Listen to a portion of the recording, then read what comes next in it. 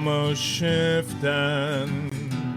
We got pizza, moving boxes, or else Checkers beats us.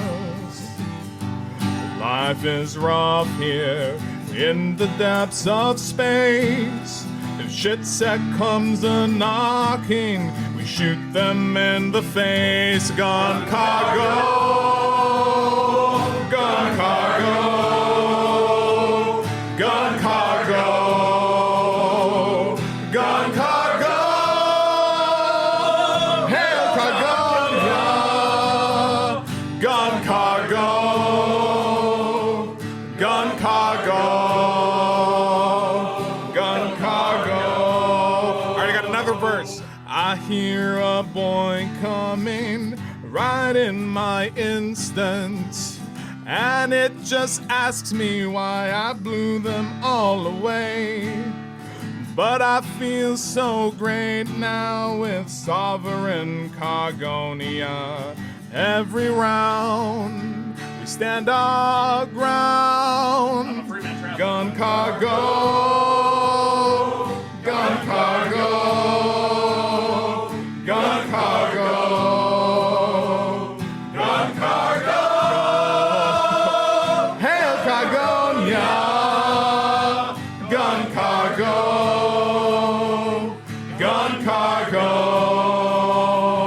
gun cargo, gun cargo, gun cargo, gun cargo, gun cargo. Hail Cargonia, gun cargo, gun cargo.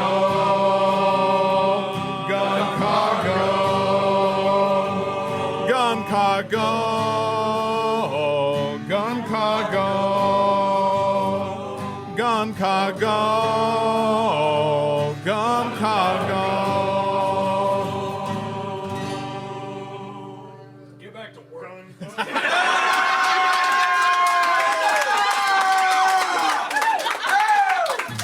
the fight!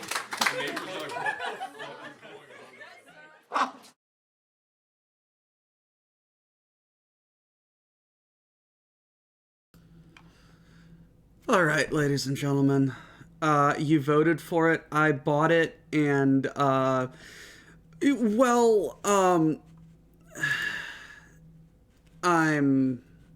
going to have quite the amount of fun with this build. What is this build? Well, can you read? We are building the Titanic. I need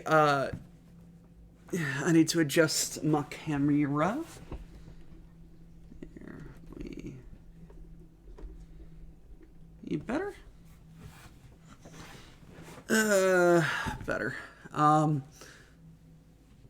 No, it's this. There we go. Nope. Better. I love that little snaky thing.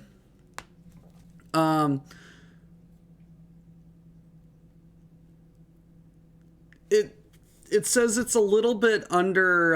It says it's a little bit shy of 10,000. It says a little bit. It says that there's a little bit under 10,000 pieces. So. The box.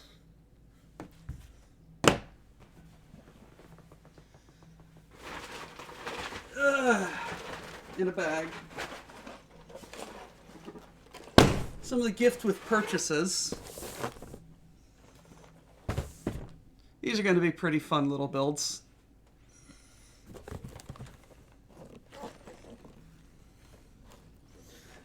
I think that's sold separately. So,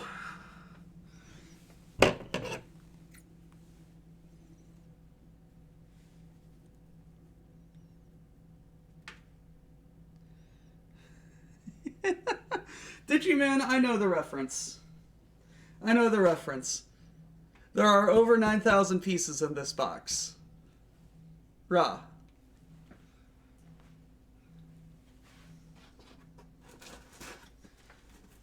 Do not cut with razor, he says, essentially cutting with the razor.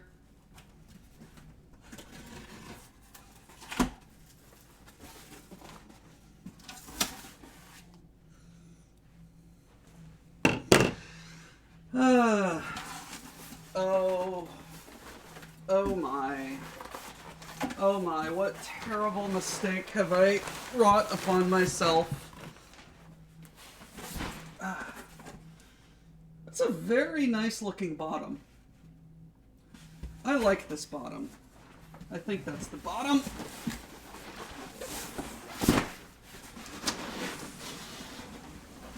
That was the bottom. Also, I didn't get a new flag. I should probably get a UK flag.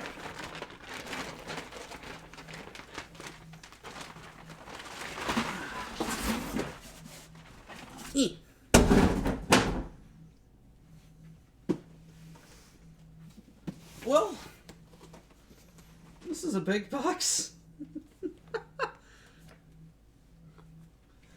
Oh man, getting this through the store on or through the mall on Black Friday was a pain in the ass.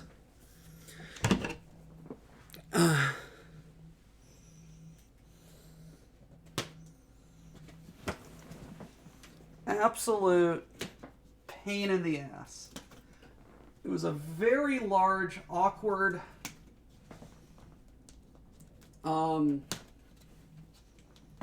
bag, and I was very tired.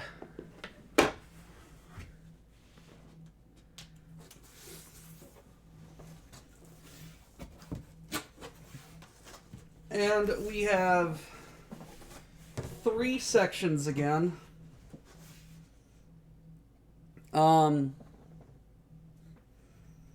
What is the serial number for this? Oh no, my headphones died again.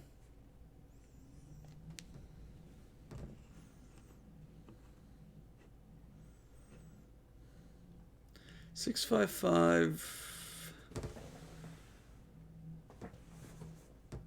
Okay, so the bag or the box internals are not consistent. Yeah, this is a 48-star flag. So we are going to be constructing the bow.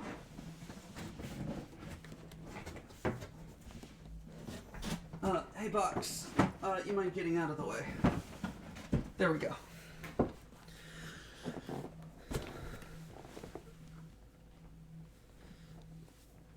Eve.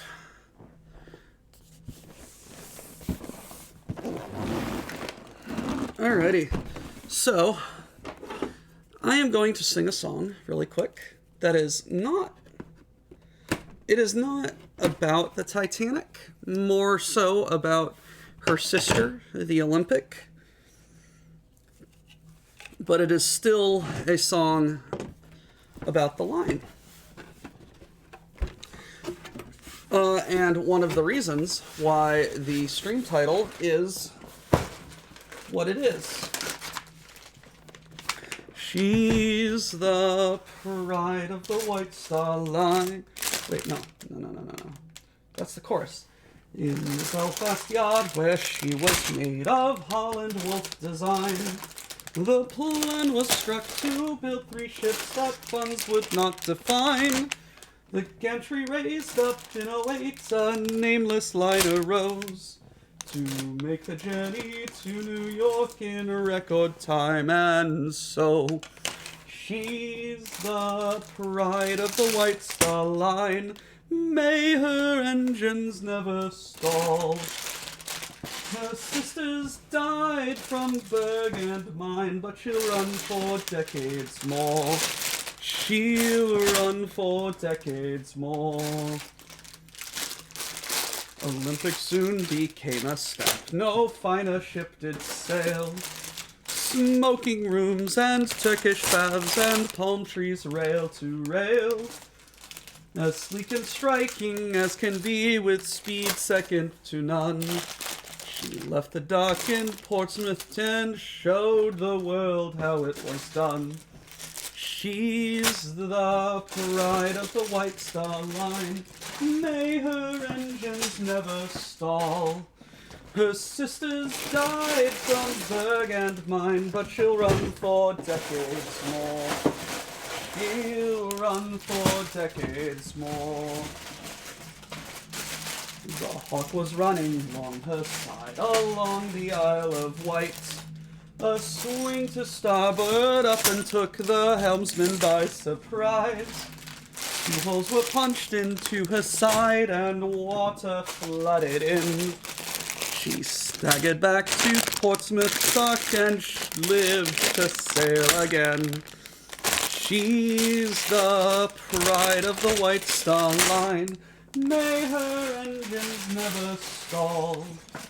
Her sisters died from Berg and mine, but she'll run for decades more. She'll run for decades more.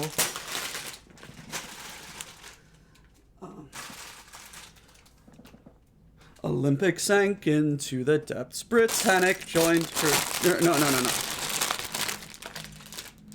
Titanic sank into the depths. Britannic joined her too. Through the wars, Olympic kept on sailing shore and true. Missions out at open sea with U-boats in her stead. Damn near cut 'em clean in half and sank 'em to the bed. She's the pride of the White Star Line. May her engines never stall. Her sisters died from Berg and mine, but she'll run for decades more. She'll run for decades more. Well, every dog must have its day, and all good things must pass. Shipyards forge much bigger craft that dwarfed her in her class. The trips were few, the fares declined, the world marched on ahead. They pulled her down in Jarrow Town, still striking till the end. She's the pride of the White Star Line. May her engines never stall. Her sisters died from Berg and mine, but she'll run for decades more. She'll run for decades more.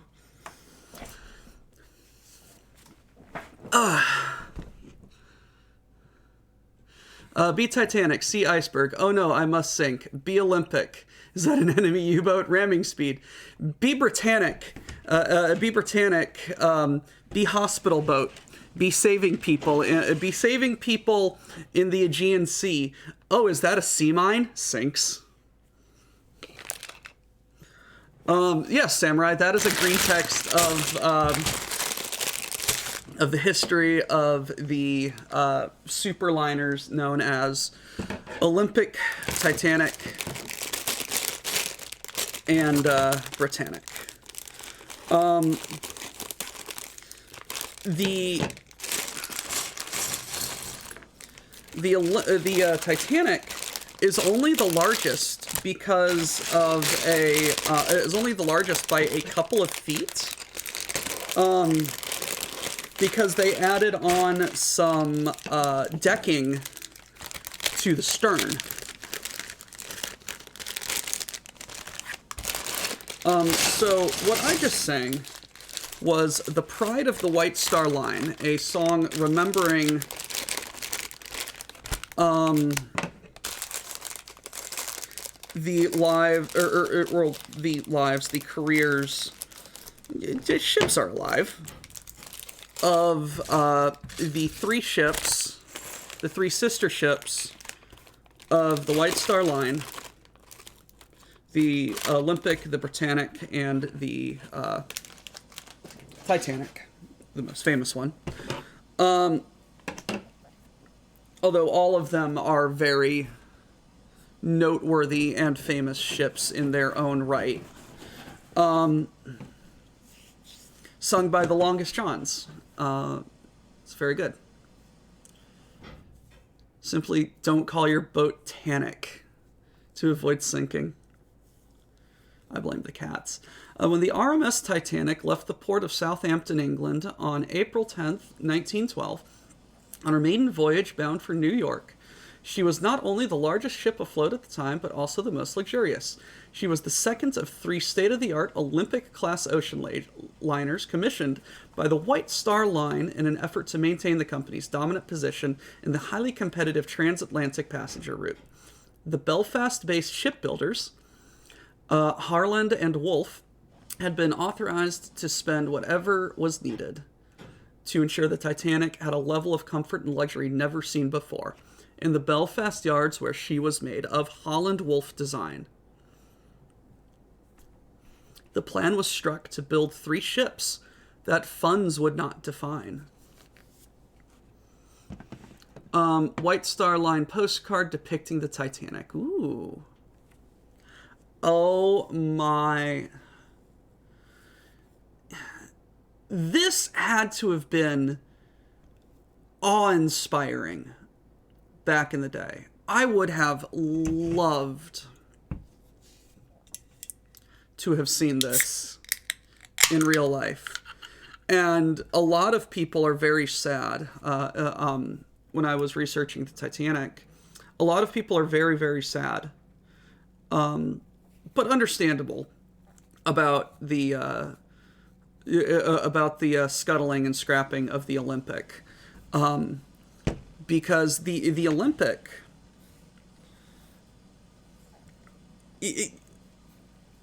Samurai, you are a naval preservationist. Maintaining a boat is very hard, especially a boat out at sea. So if it was not very cost effective nor practical when it was torn down to keep the Olympic in dry dock as a museum ship. Can you imagine if we had a museum ship about the Titanic?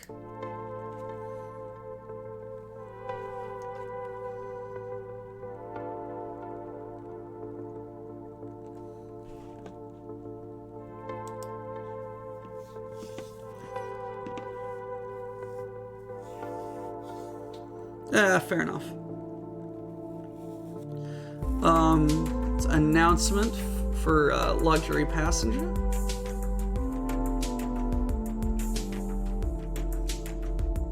Yes, but I believe it was torn down in the 30s or 40s when the need for iron and steel was great. Oh, look, it's the Titanic and the Olympic. Oh, wow. The prow, nice. Oh, wow, this must have been amazing.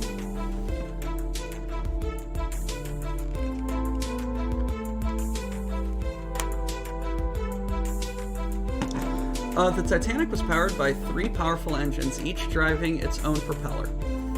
The 2 outer steam engines were 63 feet, 19 meters long, weighed 793.6 tons, 720 metric, and created a combined output of 30,000 horsepower.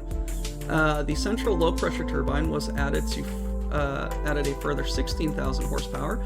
It took 29 boilers, 534.6 tons, 484.5 metric tons of water, and 661.3 tons, 600 metric, of coal per day. Tons?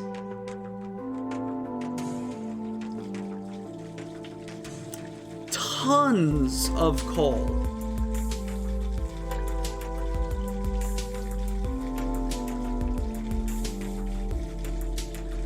That's a shitload of coal.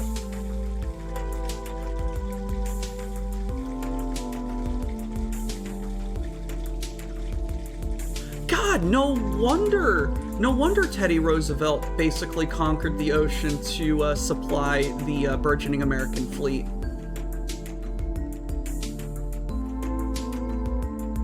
All three engines connected directly to the propellers via long shafts. The two outer propellers were a massive 23.5 feet, 7.2 meters in diameter, while the smaller one in the middle had a diameter of 17 feet. Do you need me to turn down the music? I'm turning down the music.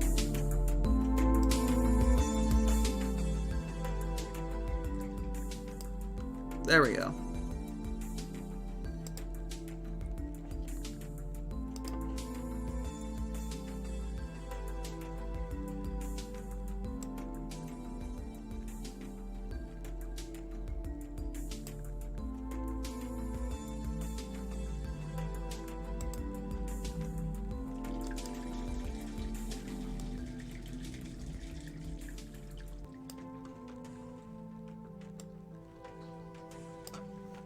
There we go. All right. All this power gave the Titanic a top speed of more than 26 miles an hour, 23 knots.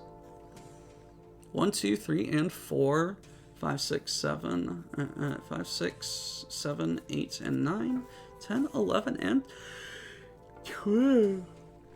Section 1, the bow and well deck. In this section, you will build the bow of the ship along with the anchors, the ship name, cargo hatches, cargo cranes, anchor crane with the third anchor, and forward mast. The interior of the ship, the structures that will support the angled forward hull are also constructed. These will combine with supports in the later section to lock together and finish off the front hull of the model. We used 2 by 10 by 2 triple curved bow brick to form the front of the keel of the model.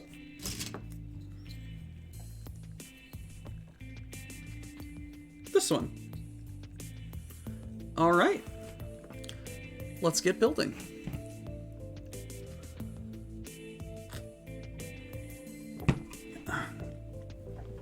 No, just thinking about it. All of that coal on the boat, like, and it was all shoveled by hand. All shoveled into those raging furnaces by hand.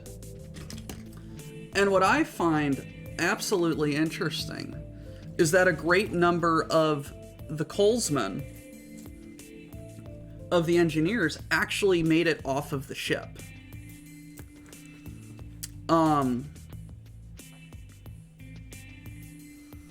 My family went to took a vacation to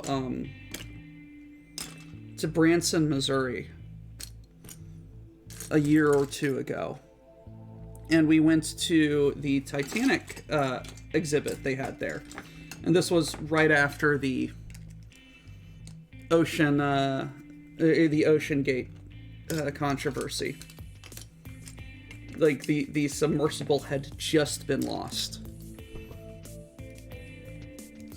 And one of the things that the attraction did was they gave you a boarding pass with the name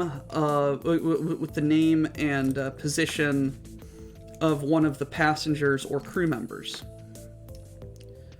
And they said, hey, keep an eye out through the exhibit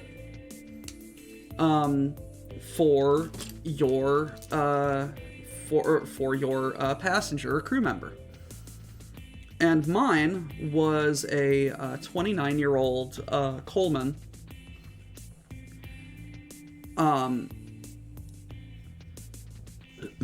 who surprisingly survived. What a lot of people forget is a lot of the lifeboats.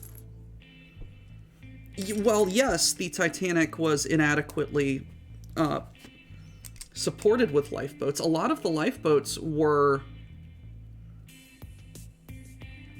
a lot of the folks on a lot of the lifeboats were what's up?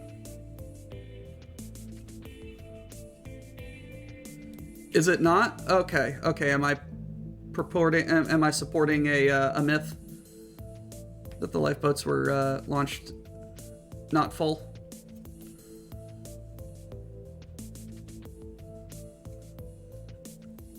All right, Samurai. Please inform us. Number of life. Oh, okay. Standard for the time.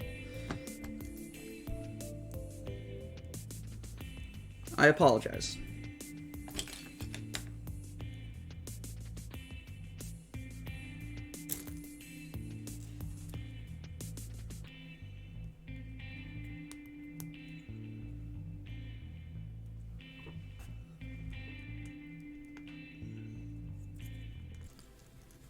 Still, the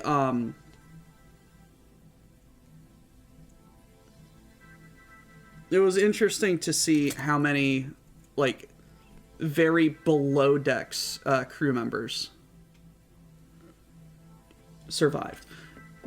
Okay, that.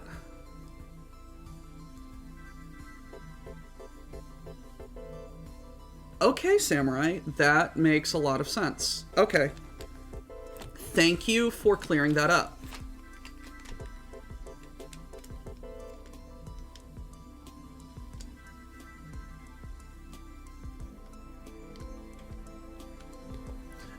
And if there was a liner near it, right?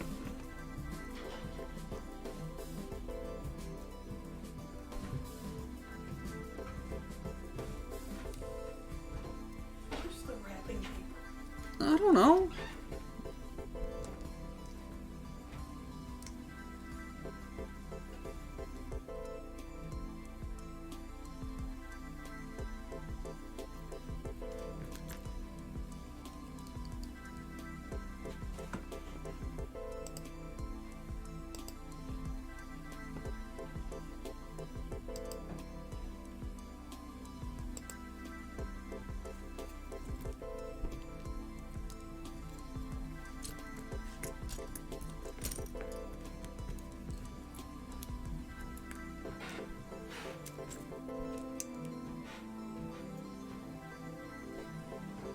Okay. Interesting. Okay. So that liner, the Californian, didn't respond appropriately. Was that pardon me if I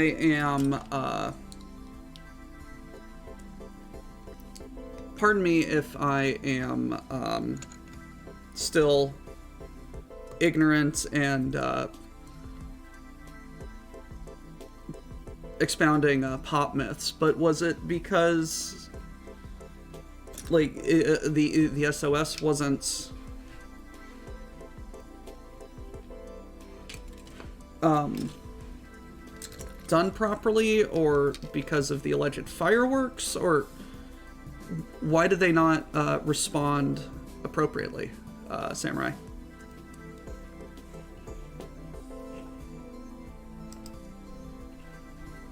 I feel like I'm building a spaceship. One of those old Lego spaceships with these wings.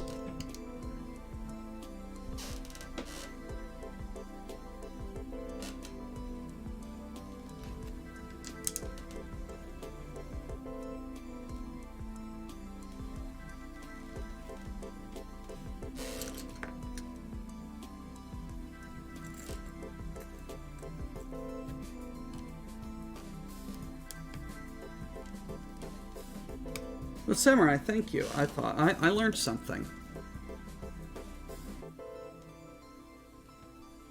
I apologize for spreading misinformation. Today I learned.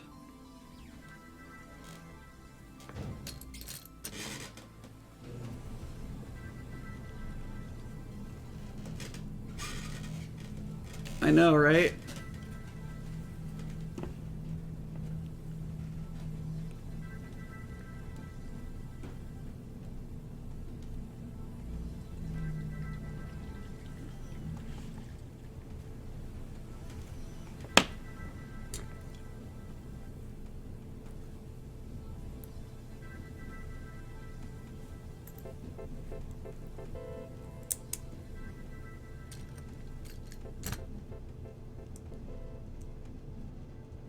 So you heard it from Samurai, folks. It's not that the lifeboats were launched when they were not full. It's that they assumed that they wouldn't be in the lifeboats long.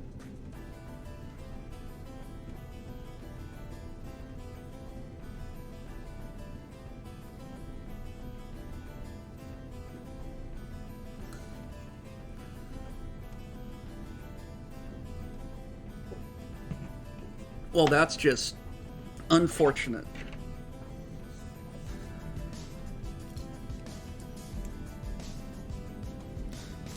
That seems incredibly...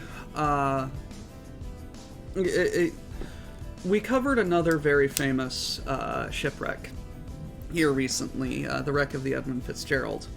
And that seems incredibly different to the Titanic, because I was watching a bunch of documentaries and deep dives into the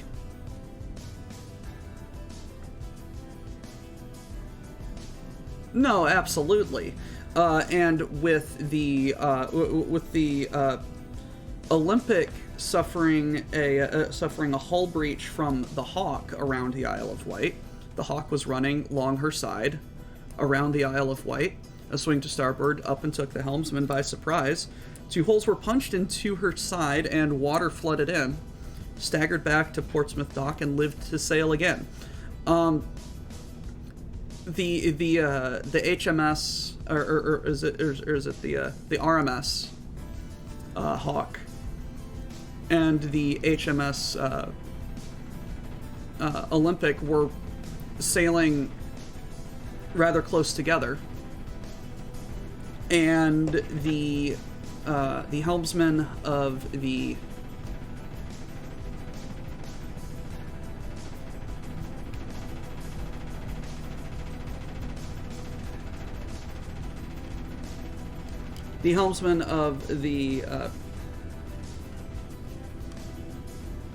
of the Olympic took a very unexpected turn to starboard, and the Hawk did not respond in time, and the Hawk had a reinforced bow. That was still an HMS. Okay, fair enough. It was a Navy boat, though, which at this time still had reinforced bows designed to run into ships should the need arise. And the fact that the Olympic made it back relatively unscathed made people believe that these lines were that these ocean liners were unsinkable. Spoiler alert, they weren't. So I can see how the general public and the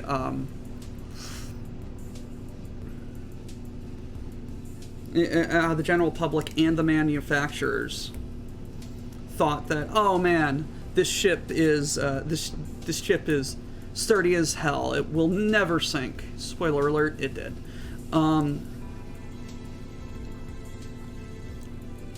So it's like, I can see their line of reasoning. Anyway, back to the Edmund Fitzgerald. See, I didn't know that it was the Californian, but I recall, and I half remember the stories that that the Titanic radioed in and was like, "Hey, we need help." And they set off fireworks and flares and everything to try and get attention. And apparently, the captain of the other vessel thought it was like, "Oh, they're on their maiden journey. They're just having a bit of fun. I'm going to go to my quarters and get drunk and go to sleep." I might be paraphrasing here. But as a foil to that, the Arthur M. Anderson, it's not the Arthur A. Anderson, the Arthur M. Anderson, and the Edmund Fitzgerald both sailed through that storm together, and were in fairly regular radio contact. The captain of the Arthur M. Anderson was at many points in the during their journey across Lake Superior had was providing navigational data to Captain McSorley of the Edmund Fitzgerald, because the Fitzgerald had lost its radar in the storm. So it's like every 30 minutes or so, it's just like, "Hey, Anderson, you see us on radar? What's our position? What's our bearing? Blah, blah, blah, blah."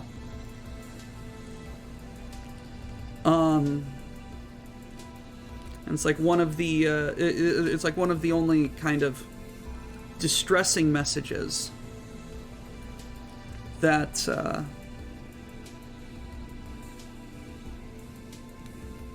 that the Anderson received was, "I've got a railing down and a couple of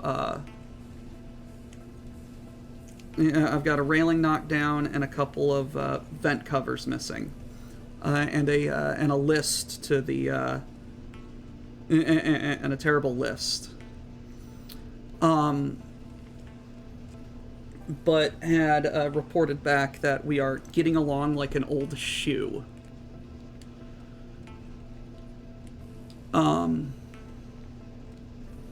Which in Great Lakes Mariner speak is like, we're getting along with it. We're getting through it.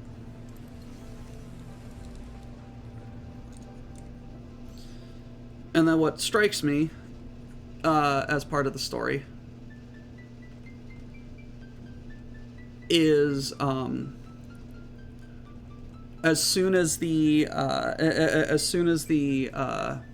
Anderson noticed the Fitzgerald missing, radioed the Coast Guard. The Coast Guard kind of dismissed them, saying, "It's like, hey, we got a lot of other problems here alongside the storm. We're dealing with the..." It's like, "No, the ship literally disappeared from my radar.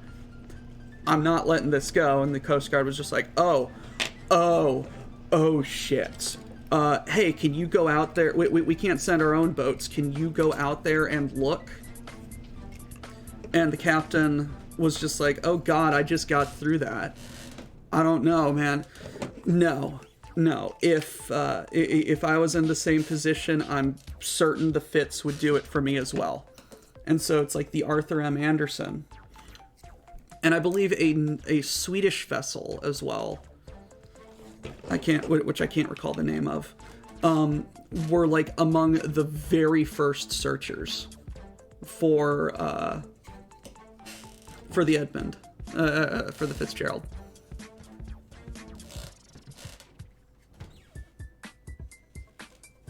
They mentioned that in one of the documentaries. Yes, the Avafors.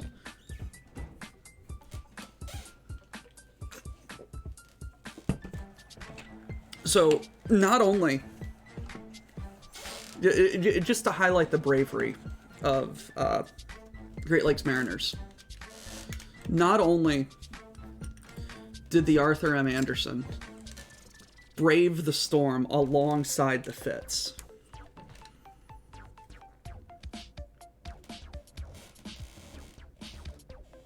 and essentially almost guide her into dock. Like, she was this close to making it to Whitefish, which is sad. He immediately turned around and said, "I'm coming for you, Fitz."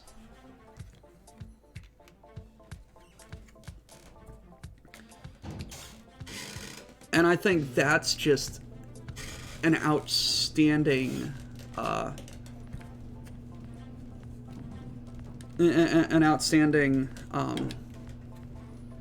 testament to his character. Meanwhile, the Californian was just like, oh, let them have their fun.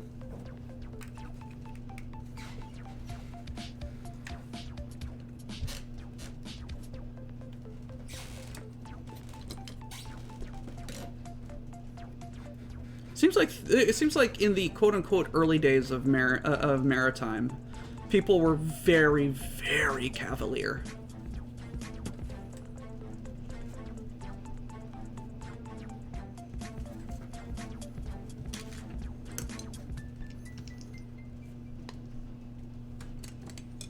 But thank you for correcting me, Samurai. I do appreciate that.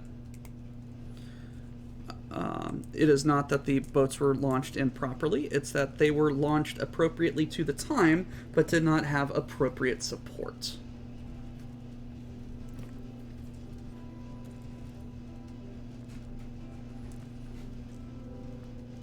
I would also like to mention that since the sinking of the Fitz, there has not been a single great loss of ship and people. There's not been a single major wreck of Great Lakes shipping since. Also, speaking of the Arthur M. Anderson, she's an old boat. She is a very, very old boat. And her company has her in layup right now. And she has been since 2023. Been no commercial loss of life. Yes, there's been private loss of life, but no great freighters have gone down. But yes, the Arthur M. Anderson is in layup right now. Or was, since I looked at it.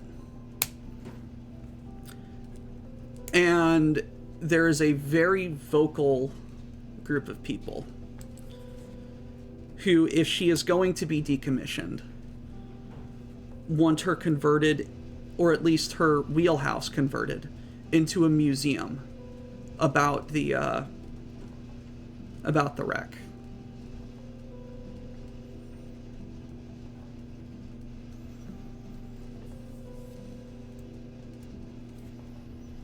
Which I think would be amazing, but she's a company vessel first and foremost, so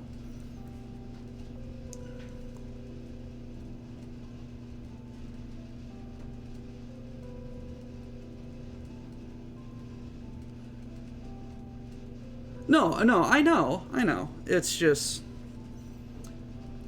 it seems sad that that such a visceral and living moment of history is potentially up in the air. I watched a video of the Arthur M. Anderson going through the Soo Locks, on November 10th a couple years ago. Well, the Save the Bridge or the Forecastle, yes. That would be a great gesture. But she was going through the Sulaks and talking with navigation control. And when she got to the end of the Sulaks, gave a master whistle.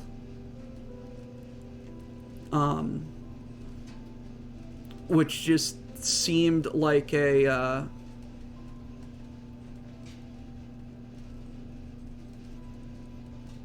it almost sounded like a keening wail into the darkness. Hello, Mr. Devonverse. Hello, thank you for the follow. Thank you for the first time chat. Hello, hello, Mad Ducks. Hello.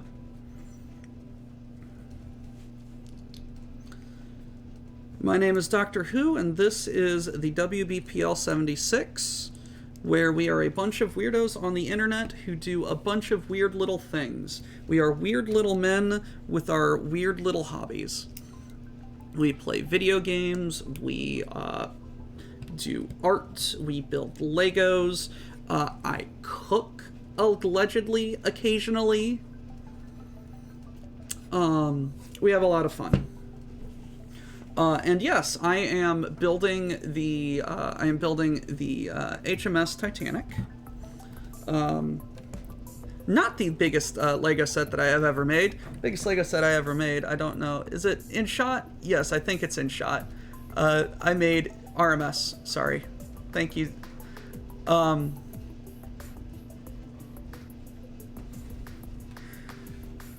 Eiffel Tower. I made the Eiffel Tower.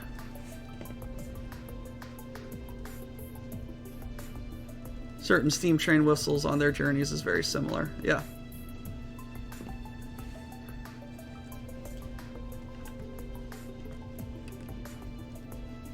Samurai, what is the difference between RMS and HMS?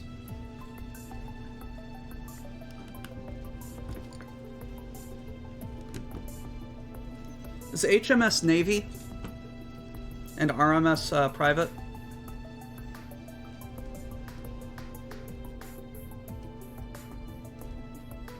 His or Her Majesty's ship. Yes, okay.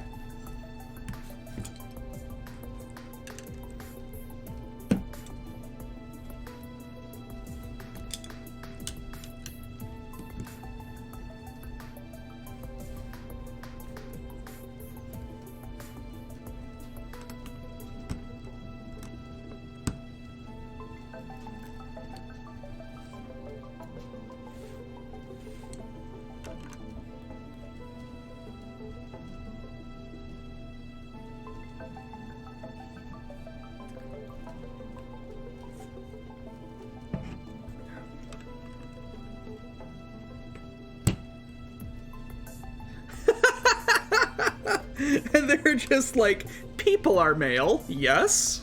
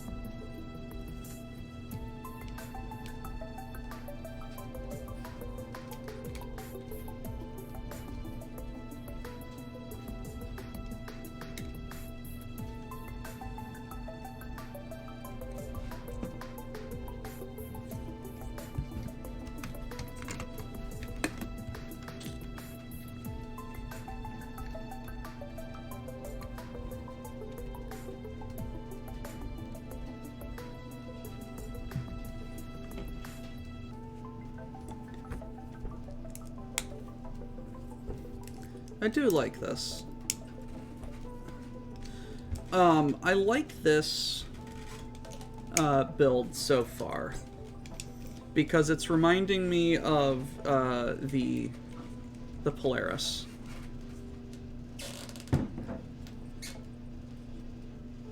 Or the Polaris, or was it the Endurance?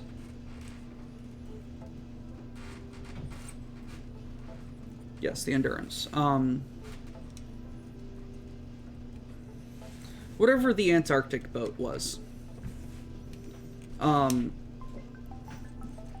Nice, good prow on this thing.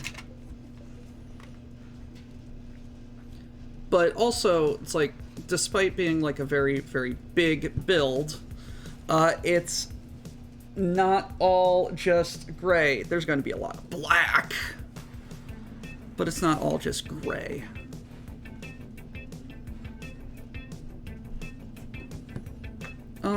Did I miss any pieces?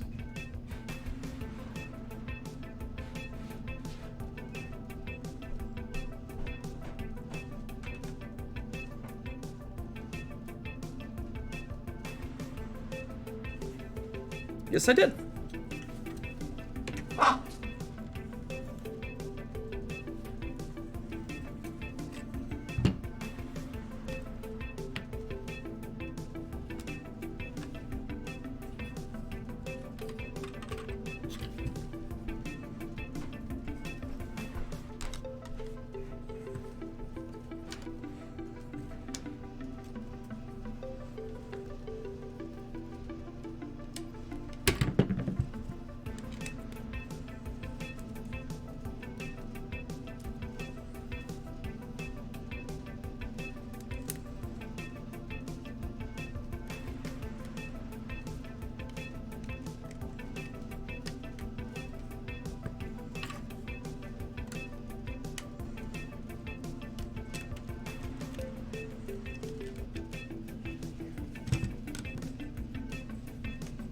Chat, that's what you get for distracting me.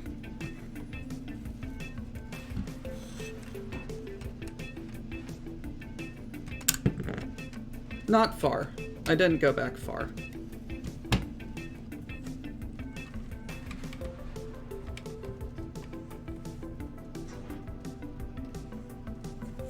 I literally just had to take the bottom off and put a couple of pieces on.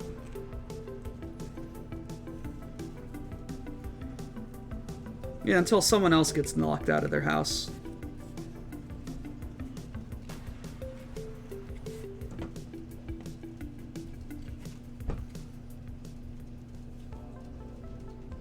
Yes.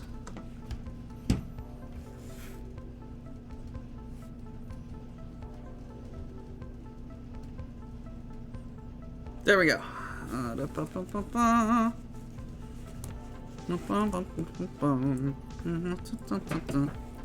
Oh, my butt hurts.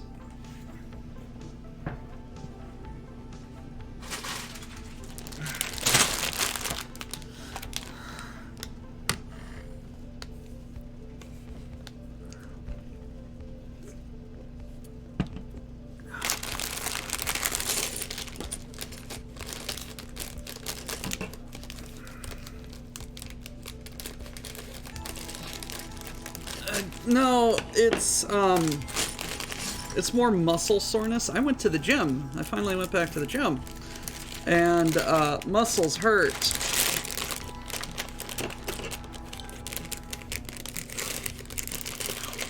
Oh, hey, Samurai and, Chat. How much y'all wanna bet for how many pieces I'm gonna be missing from this build?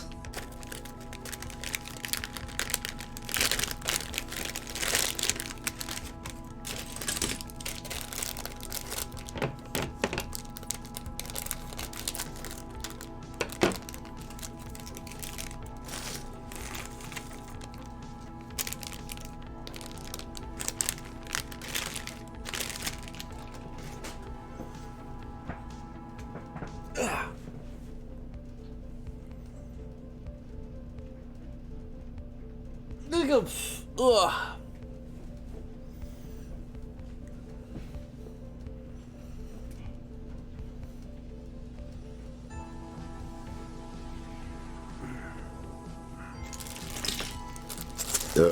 Excuse me. Congratulations at missing the gutter.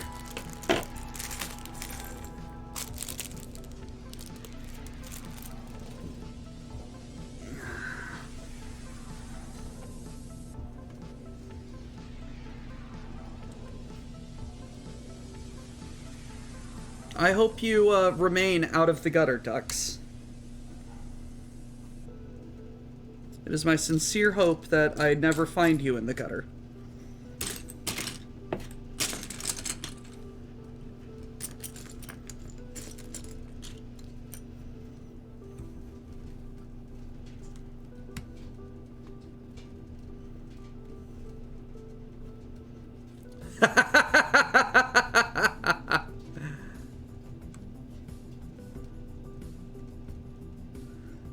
Why are there so many pins?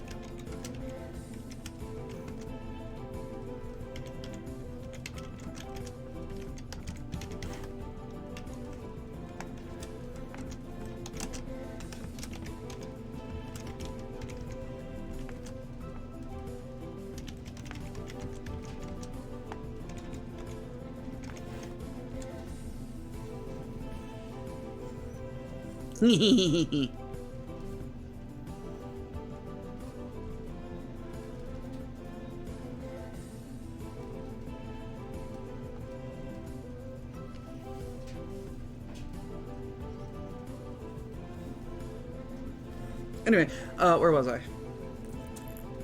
I got distracted.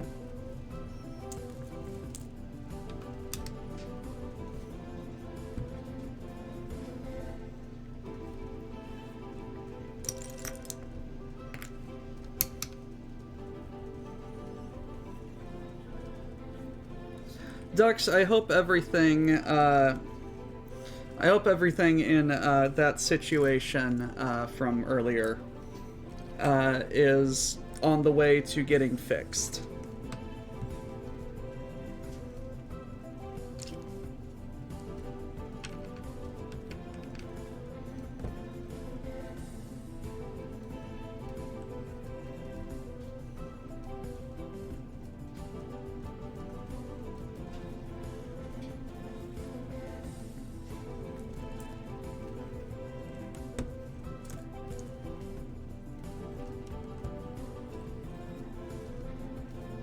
And oh boy, there is some controversy about that, Mr. Digi.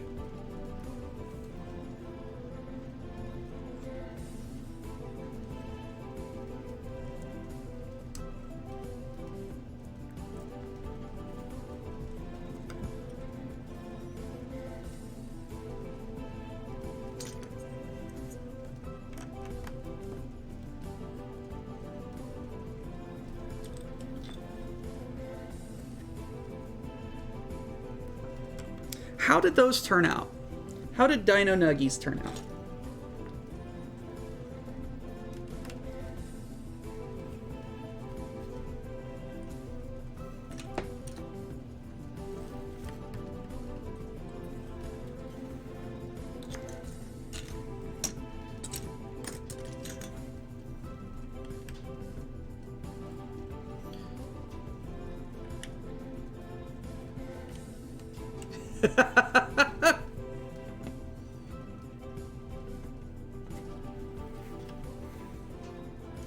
That's the sign of a good nuggie.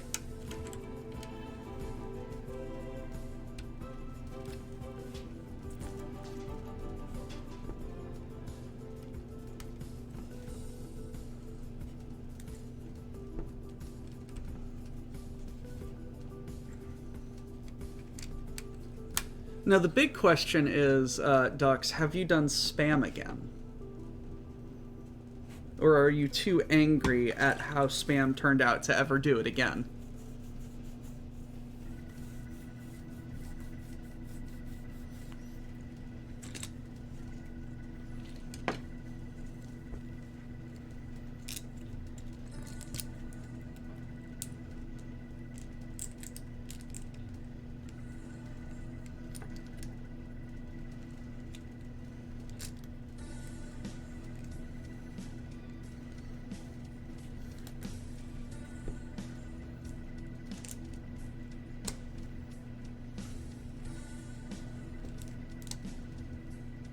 Go get food.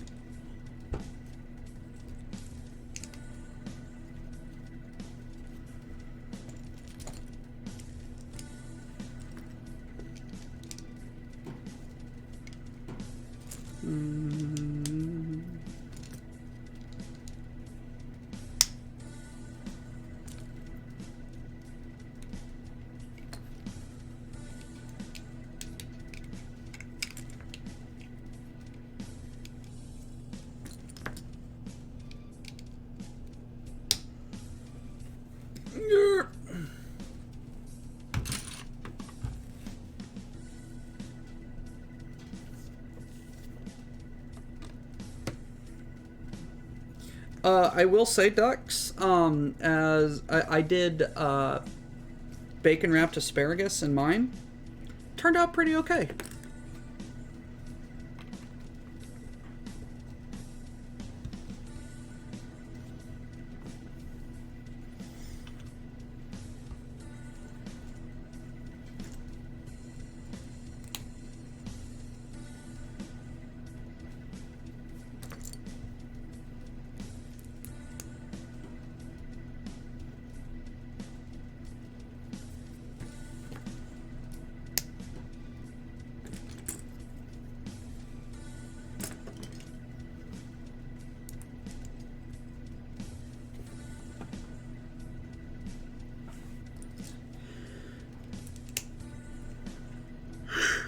Oh, hey, Bard.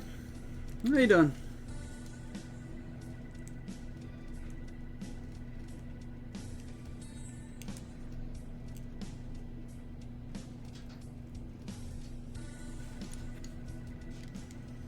I continue to be tired.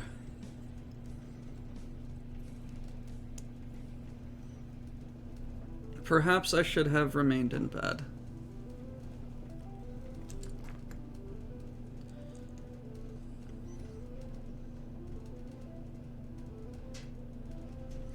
What was you reading?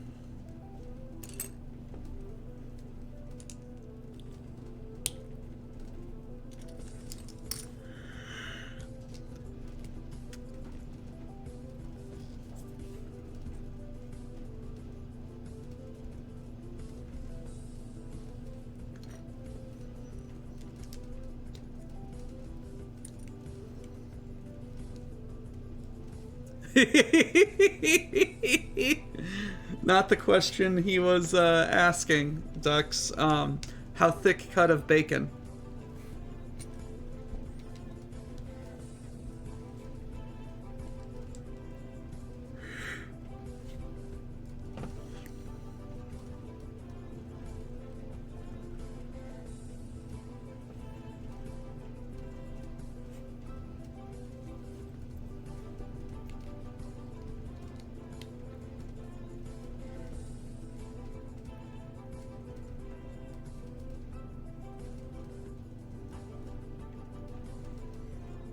Oh, yes. Yes, yes, Diggs. I was asking Chippy and Red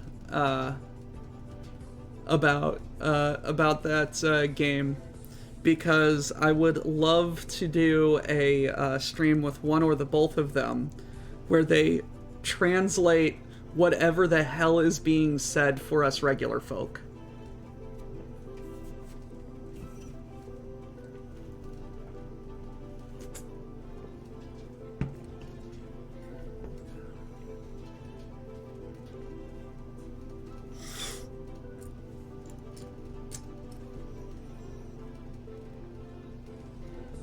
for us, stupid Americans.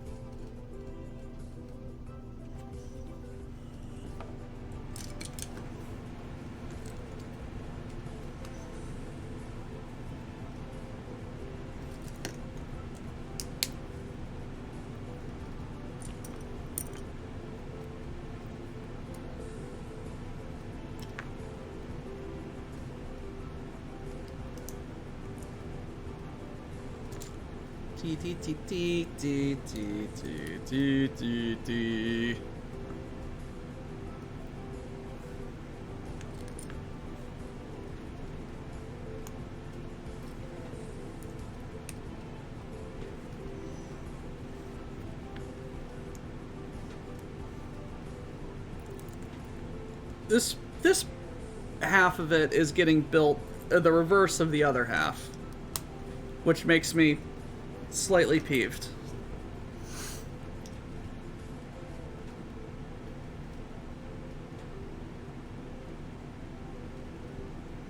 Hot cocoa.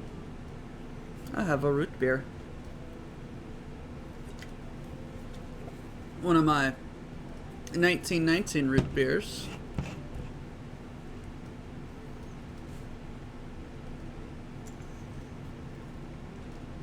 So I'm going to have to go with my mom to her, essentially, VFW post more often, because they have 1919 root beer on draft.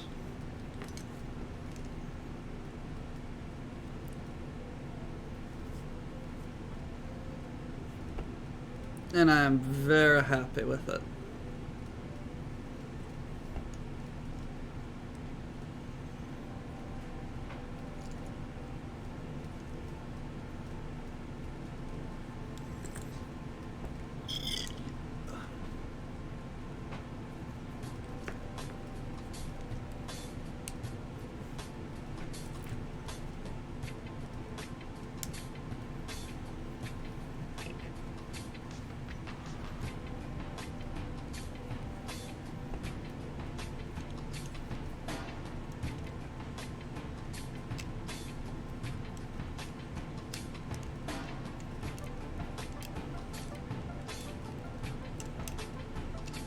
Oh, come on.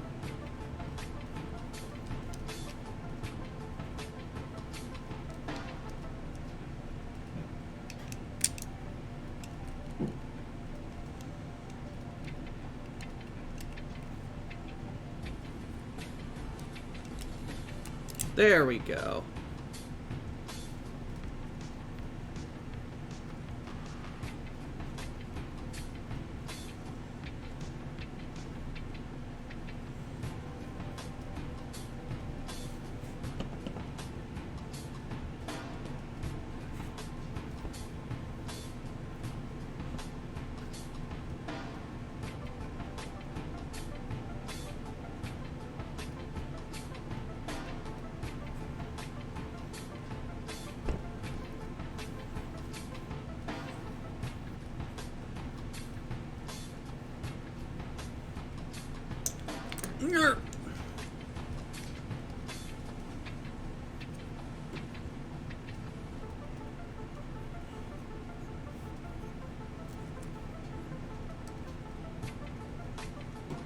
Alrighty.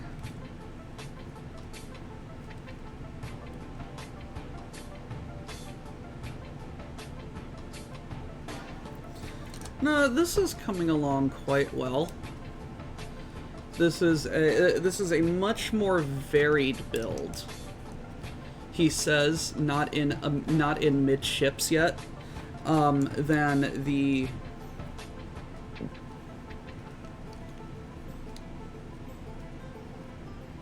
Eiffel Tower. The Eiffel Tower was a very fun build. Don't get me wrong, just tedious as all get out. 10 out of 10 build. Don't recommend unless you like tedium and have something to distract you from it while you're building.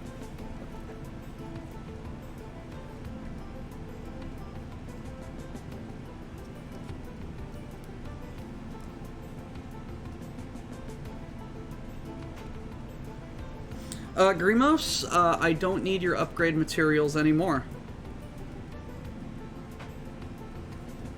You know that phenomenon where a coiled thing, like an old-fashioned landline telephone, will get coiled, messed up in places?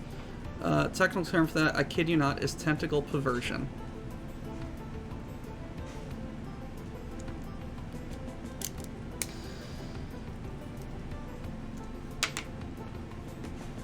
Okay.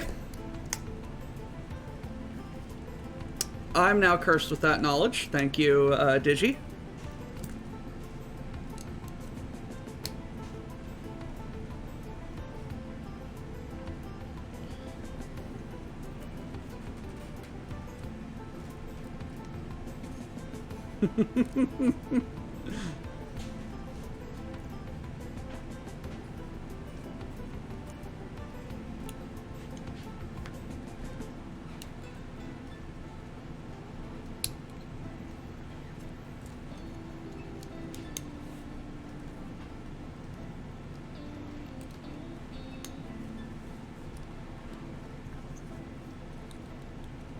Grimos, do you even know what a telephone cord looks like?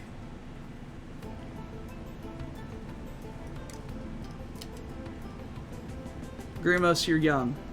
Stop being so young.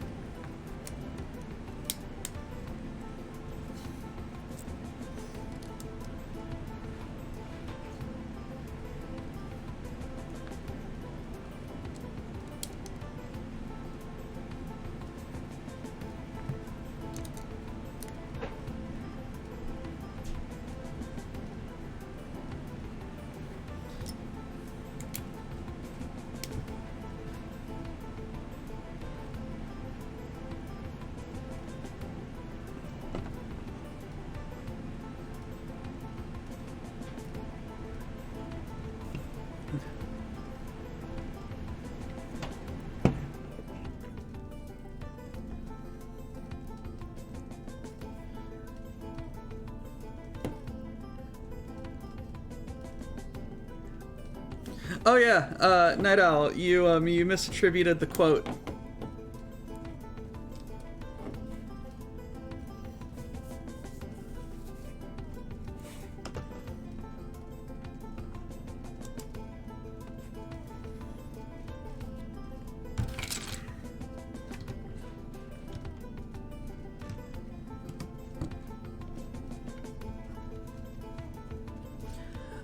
The construction of the Olympic and Titanic took place virtually in parallel. Both ships took 26 months to build. That's about the gestational time of an elephant.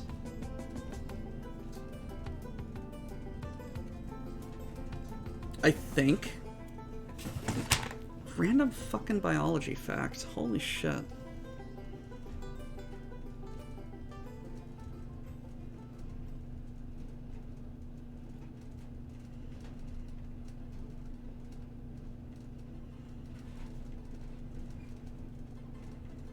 $18 to 22 months.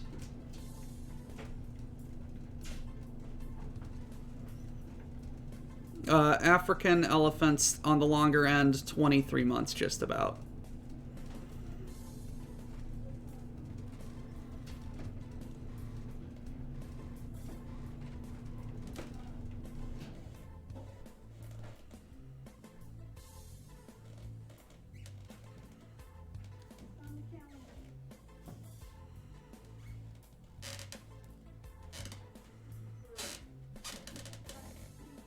Surprisingly, blue whales is only a year.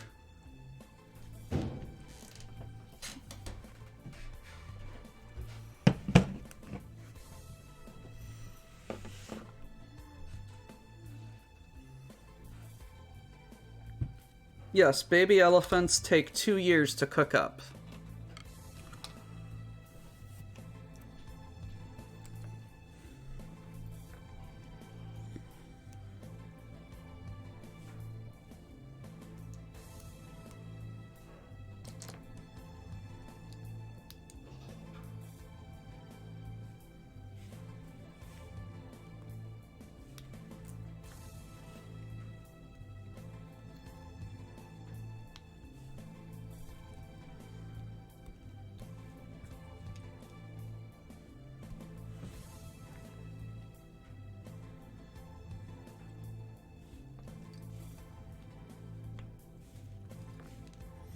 Now, I recall being in, living in Florida.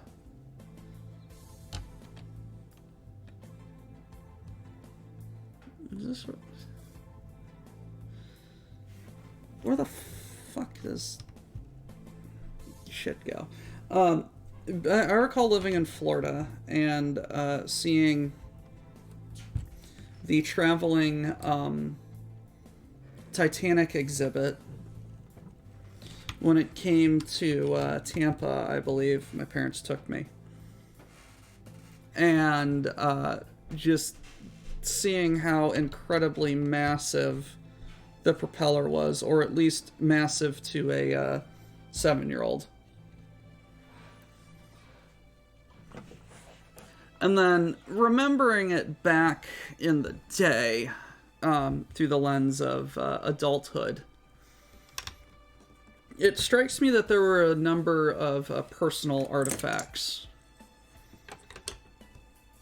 in that exhibit. And it strikes me that a lot of people died on the boats.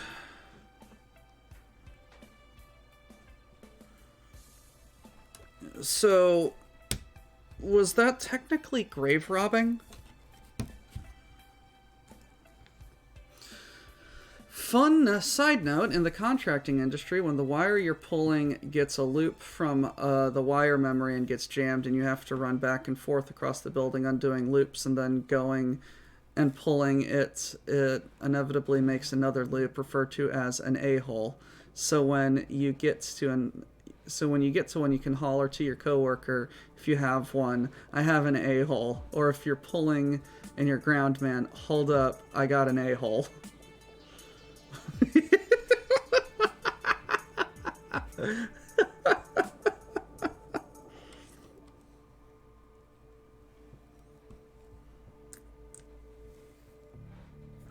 Damn it.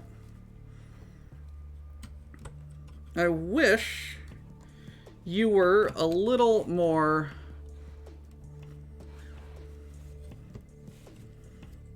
I'm gonna call that oops clear on which way that this was supposed to go.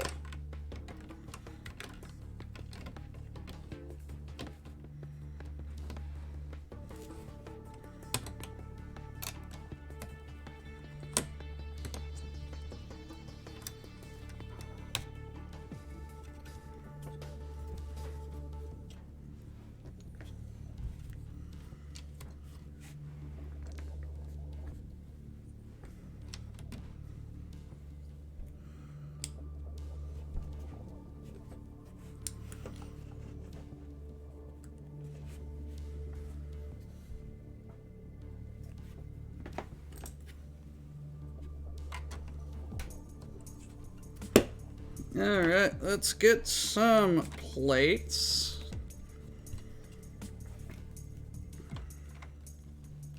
I always do appreciate just the amount of care that goes into trying to make a structure as strong as possible, but as light as possible. Also, I just noticed, I don't know if this is them trying to do flags or not, or if it's just what red, white, and blue is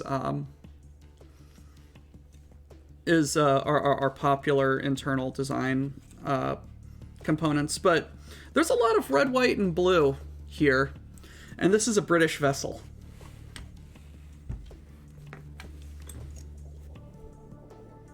And we know how much Lego likes trying to hide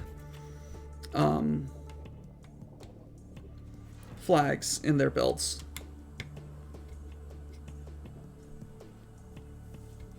That's what I was referring to.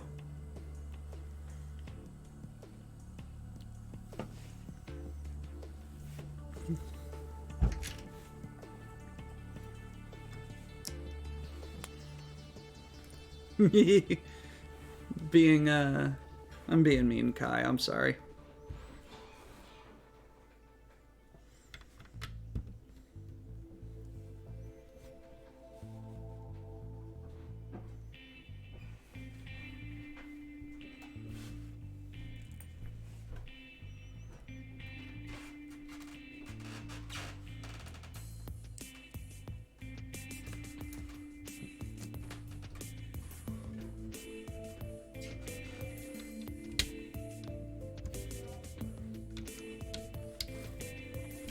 Okay.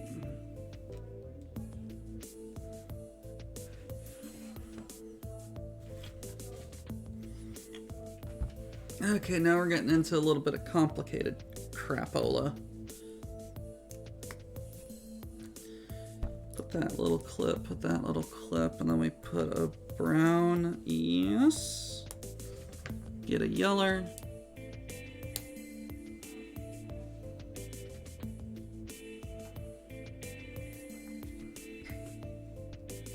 No, absolutely. It's just also very interesting that given their penchant for hiding flags in things, as example, the base of the Eiffel Tower and several of the intersections have red, white, and blue for the French flag.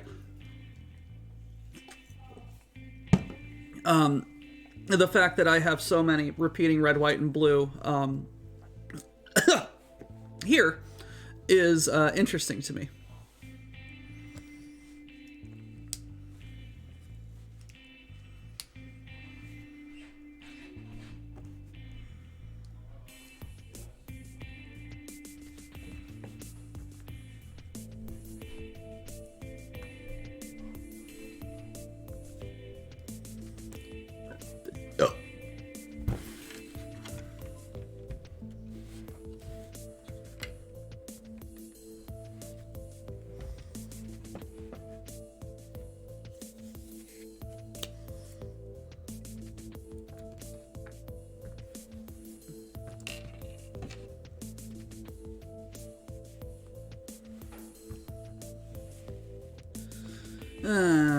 Now we start getting into a little bit of fiddly. I was wondering when we were going to approach fiddly.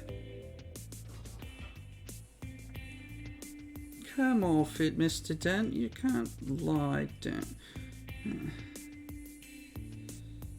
You can't lie down, you know, in the face of progress. I've gone off the idea of progress. It's overrated. Look, this bypass has got to be built, and it is going to be built.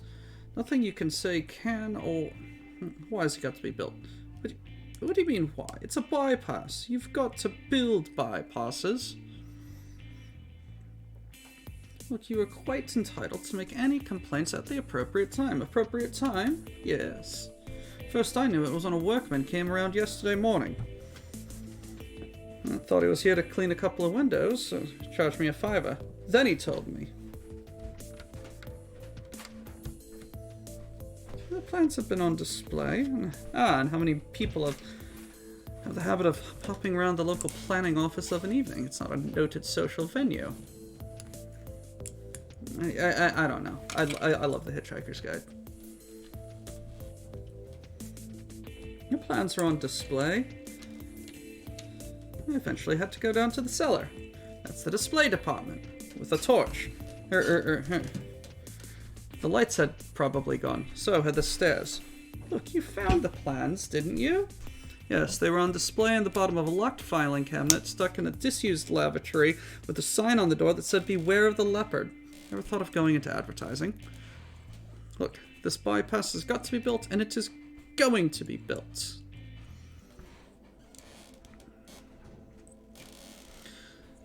Do you have any idea how much damage this bulldozer would suffer if I let it roll straight over you? How much? None at all. A staggering coincidence, none at all, is exactly how much clue that Arthur Dent had that his friend Ford, his friend Ford Prefect, was in fact an alien from a small planet somewhere in the vicinity of Betelgeuse, and not from Guildford after all. It reminds me, Doc, I found a crier deck. It was bird tribal rather than the American Eagle joke. You say it was French. It had a name making fun of it's the final word of liberty, equality, brotherhood. It rhymes in French to liberty, equality, ornithology.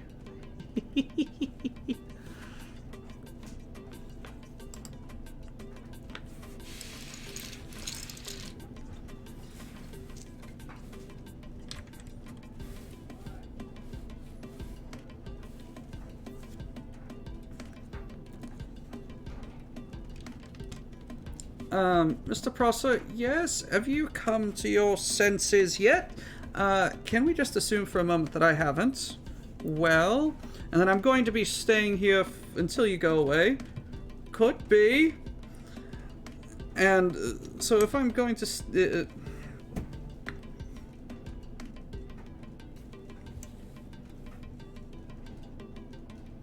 so you all are just going to stand around doing nothing all day? Could be. So if you're resigned to standing around doing nothing all day, you don't actually need me here for the entire time. No, not as such. So I could say, pop on down to the pub for half an hour. And if you lot need to take a break, I could always cover for you in return. Oh, that sounds very reasonable, Mr. Dent. Very reasonable indeed. And it goes without saying that you won't try and knock my house down while I'm away. Oh, good Lord, no! You think we can trust them? Me? I'd trust them till the end of the earth. But how far is that? About 12 minutes. Come on, I need a drink.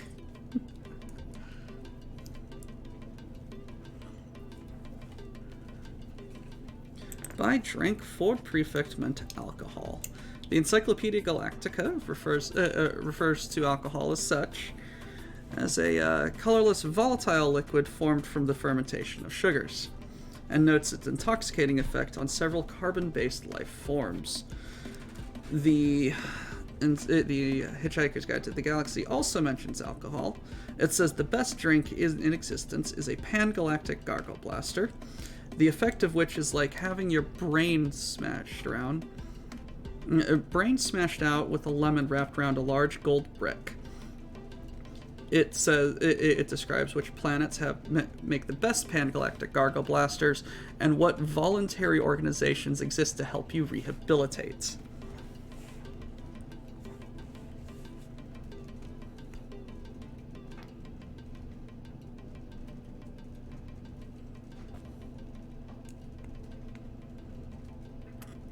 You eventually found the plans, didn't you? Yes. They were on display in the bottom of a disused filing cabinet. They were on display in the bottom of a locked filing cabinet stuck in a disused lavatory with a sign on the door that said, "Beware of the leopard." Ever thought of going into advertising?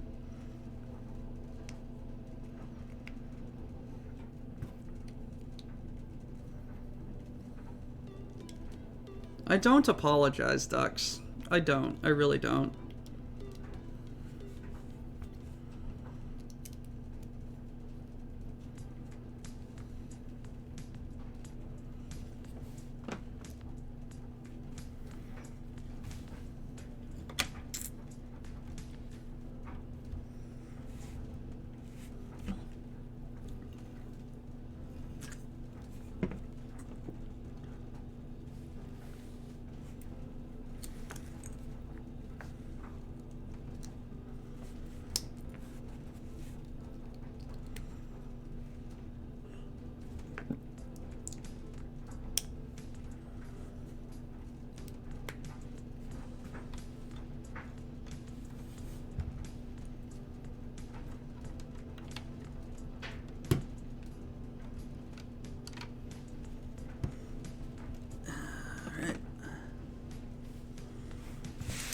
Oh, this looks complicated.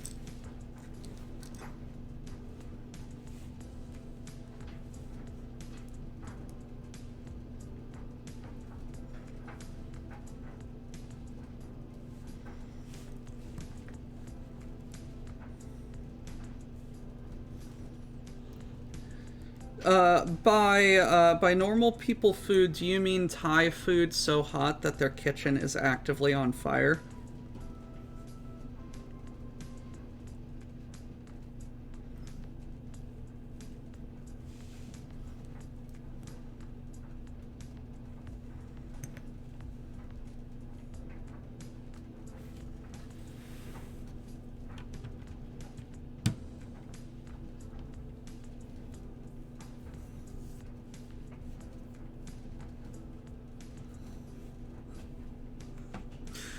Ducks, don't spend money you don't have.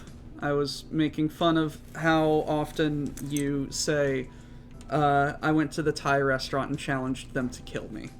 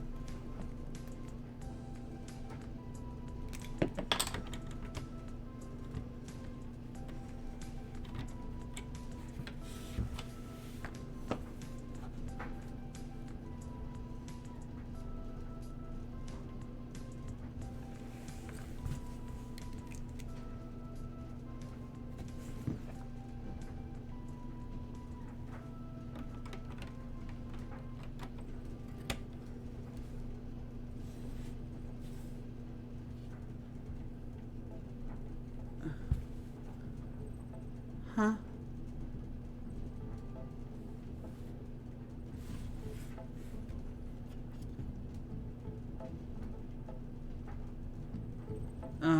This is awkward.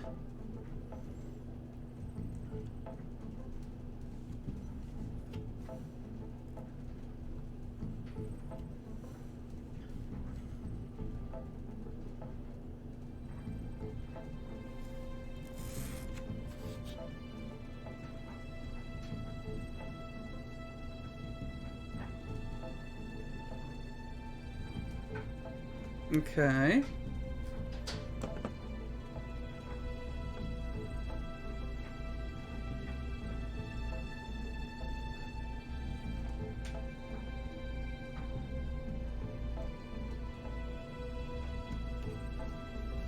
Okay.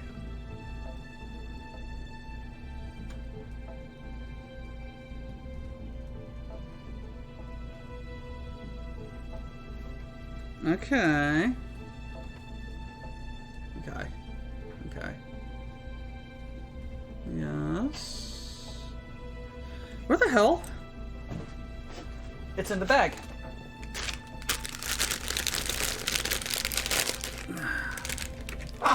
We're off to a great start, folks. 2 bags in, 3 oops.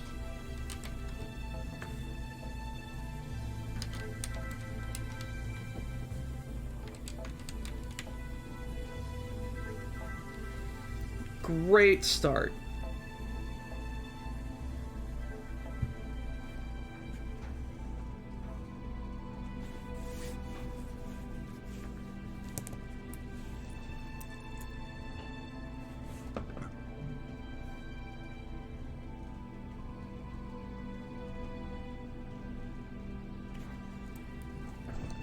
Absolutely wonderful start. Bag 3.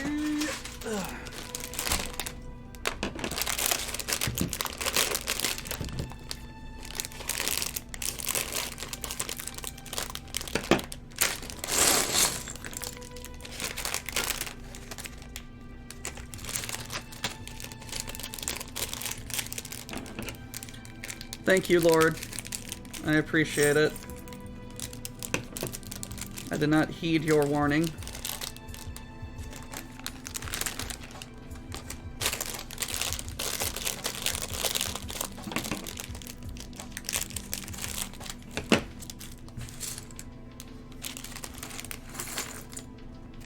Oh. Oh no. Oh no, these are minifigure backpack pieces. Oh no. Oh. Oh, what have I gotten myself into?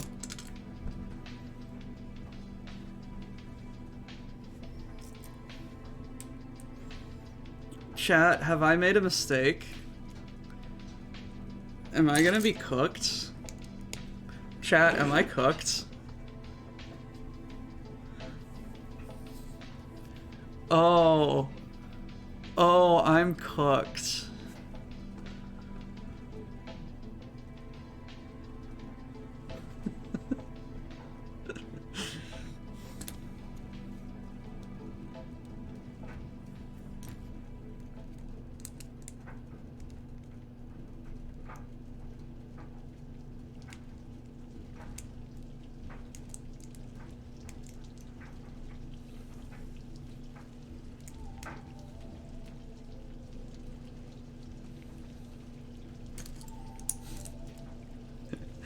You all are taking great delight in my suffering.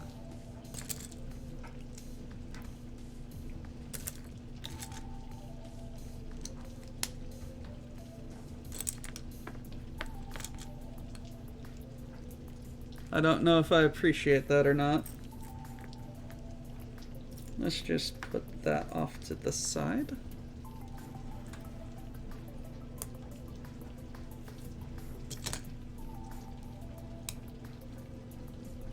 Okay, let's grab this. Let's grab...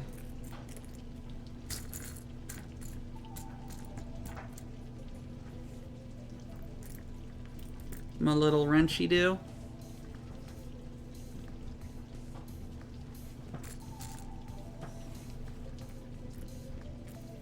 Let's grab a 1x. Let's put the 1x on the wrenchy-do. Let's put the wrenchy-do on the thinger. Let's put the thinger on there. And this goes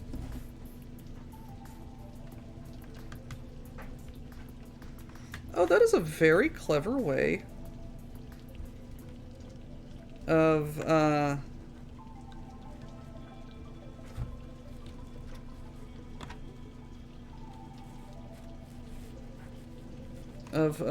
attaching the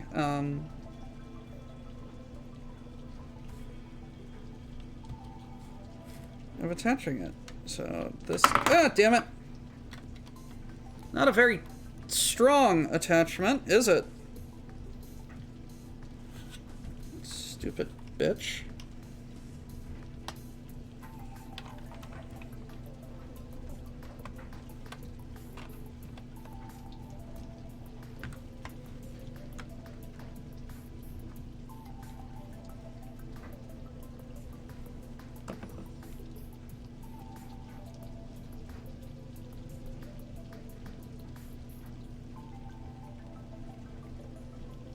Oh! Okay.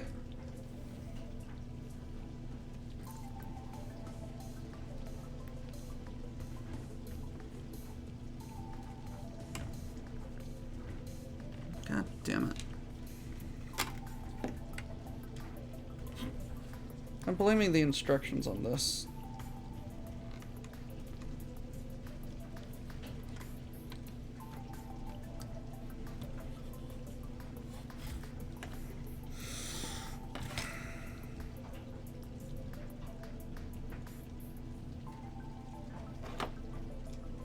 There we go.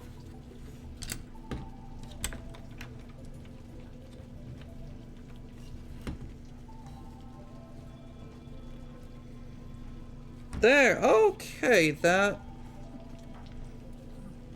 fits a lot better.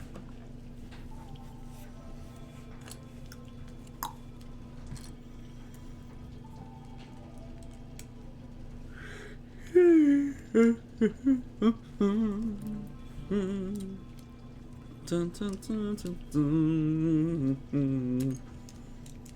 Boom,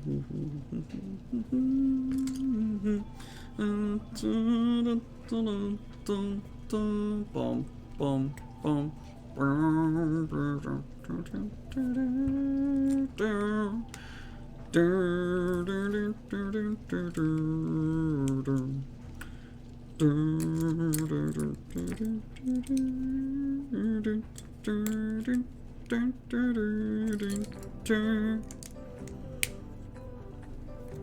Don't ask me why.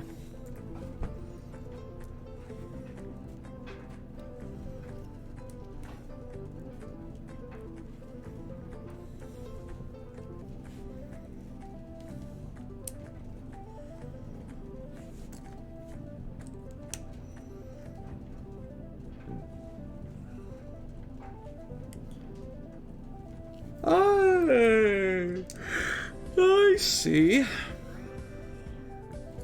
I see what's going to go on here. I'm going to do all of that along that side, along all of these little inserty doodads.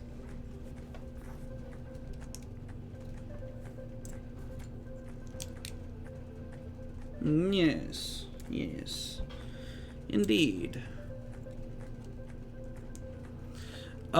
Yes, indeed.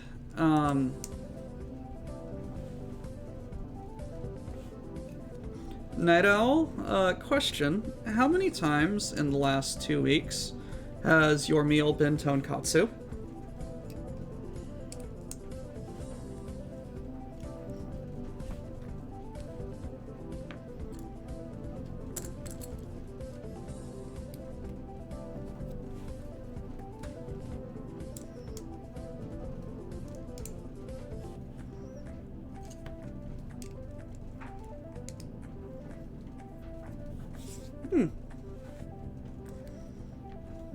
Okay. Carry on.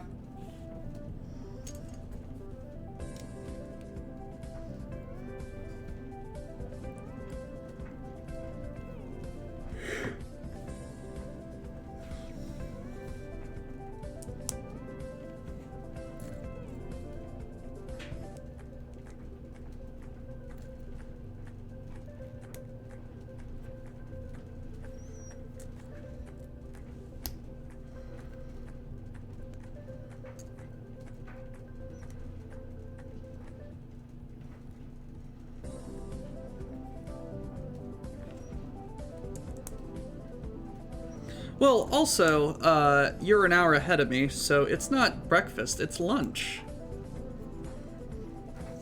Who cares if you just woke up? The clock says it's lunch.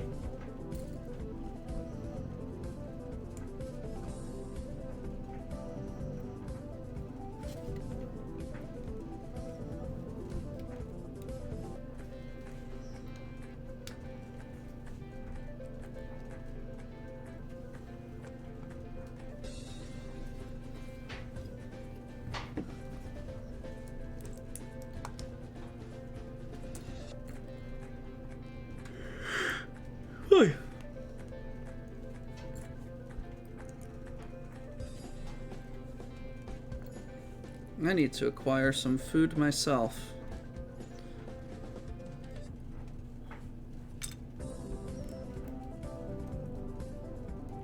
Hello, Coco.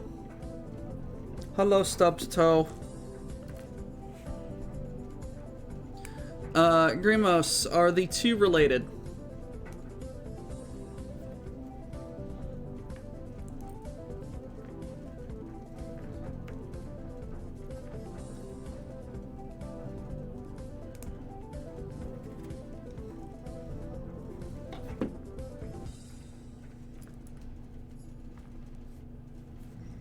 Did one cause the other? Did a stub toe cause Coco?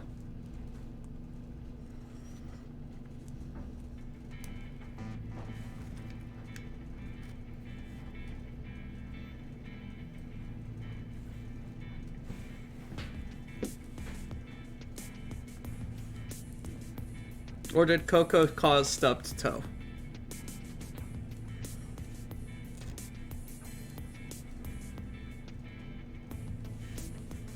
Oh, Coco.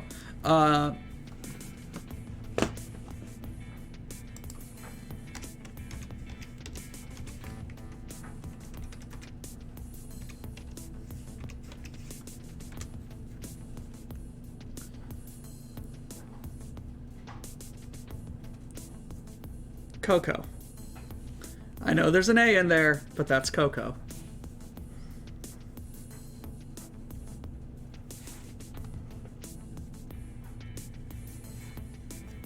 Unfortunately, it's spelled with an A, which is why I thought you were saying the name of a dog.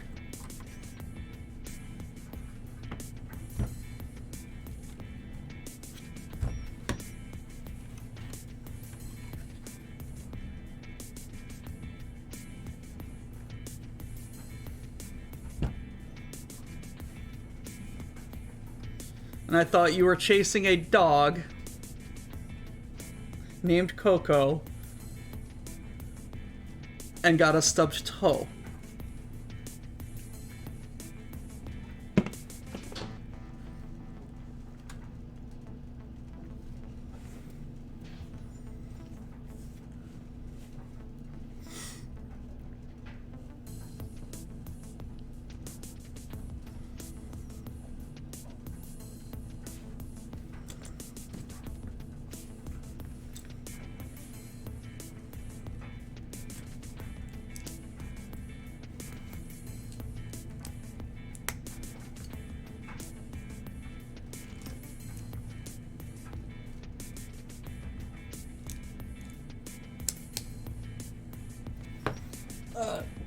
Excuse me.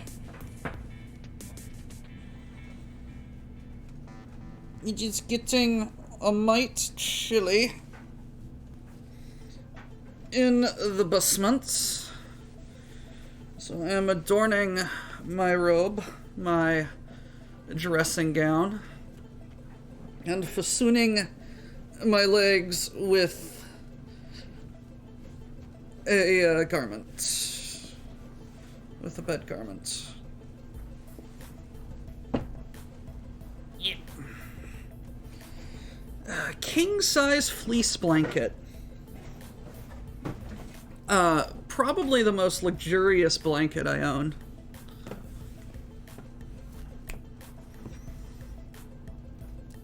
Yep. Excuse me.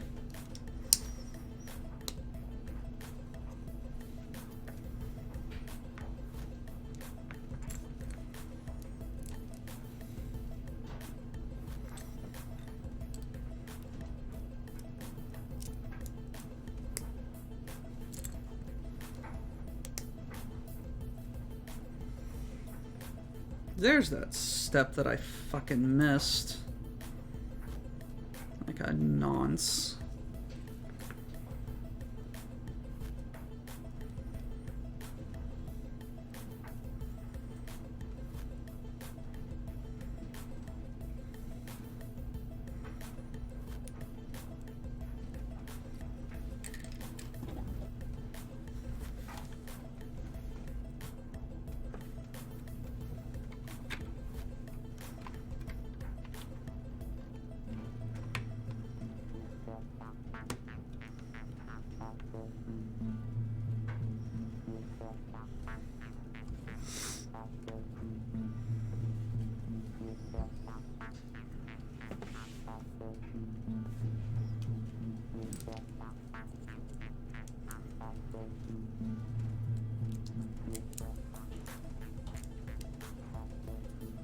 I do like the use of green on the other side, on the starboard side. Turn out to port, that's not port. Trust me, I'm in control. Fresh out of college with grades straight from hell, I plow for a trade in which I could excel. And shit. And for a ship in need of some manning, mainsails of purpose, but lacking a captain. What luck have I to find such good fortune? A few white lies later, I run down the pier. Got me a coat and a cutlass or two. I jump on the deck, I yell at the crew. Hoist up the thing, batten down the what's it? What's that thing spinning? Somebody should stop it. Turn hard to port, that's not port. Now I've got it. Trust me, I'm in control.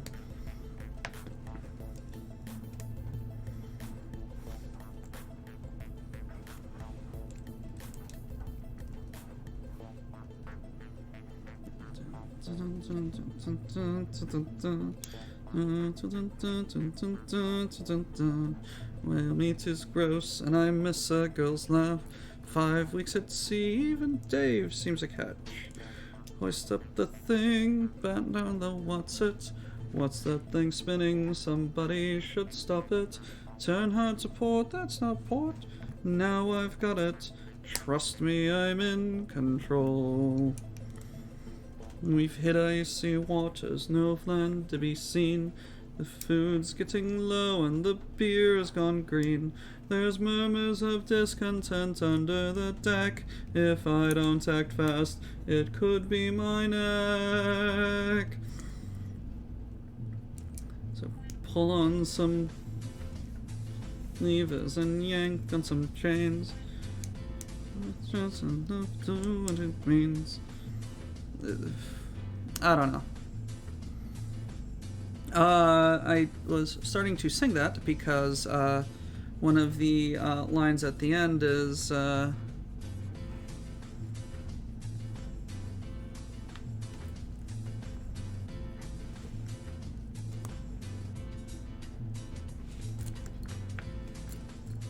am I already missing pieces?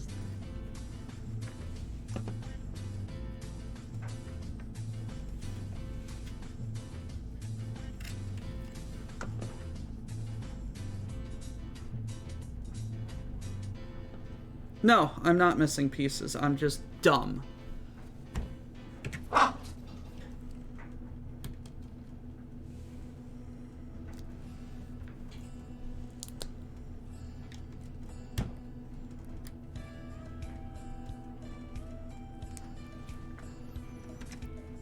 They say, turn hard to port.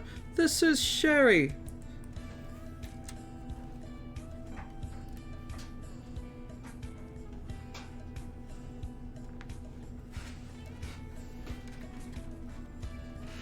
Sherry and port being similar liquors, but very different.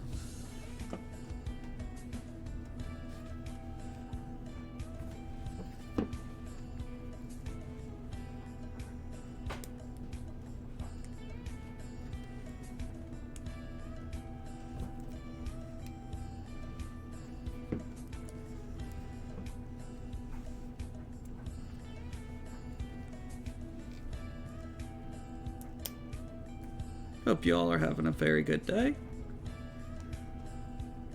Doc's over here just making a BEEG of boats.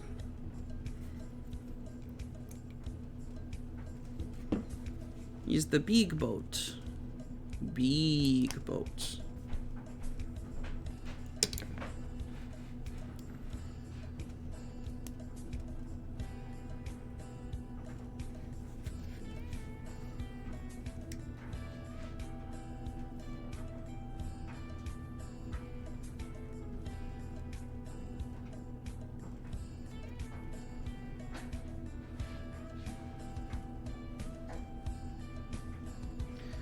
Okay,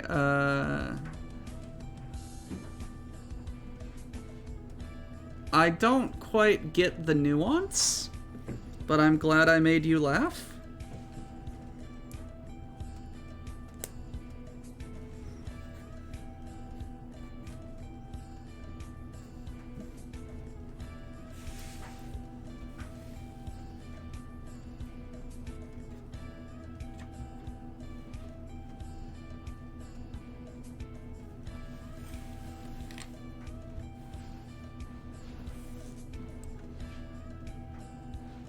Oh!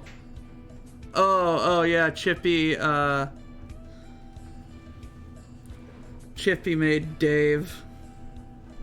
Okay.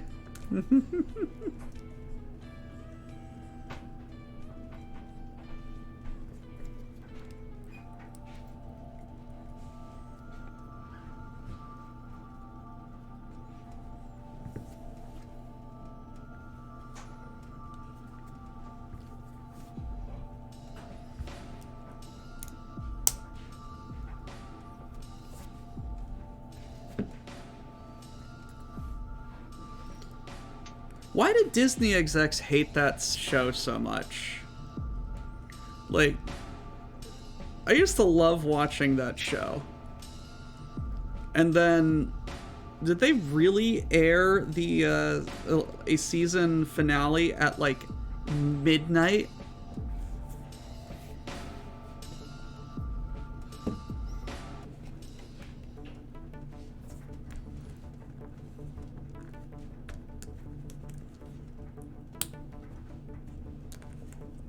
Dave the Barbarian. Dave, thinking quickly, made a megaphone out of nothing but a squirrel, some twine, and some megaphone.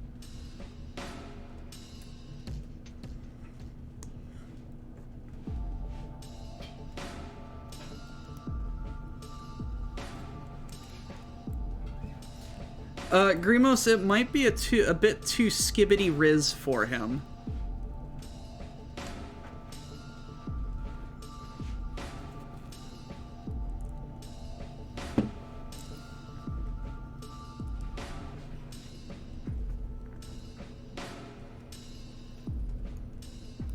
Yes, yes, that is what that meme is from.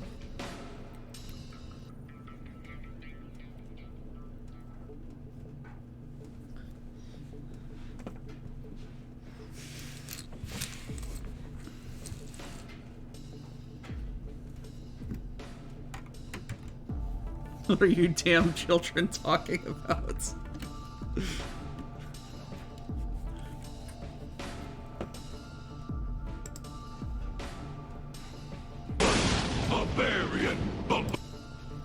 Yes, yes. That is Dave the Barbarian.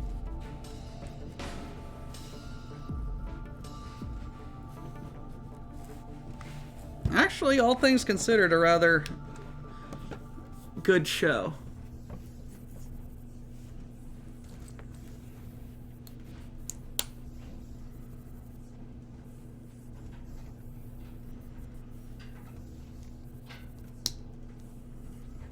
It was clever.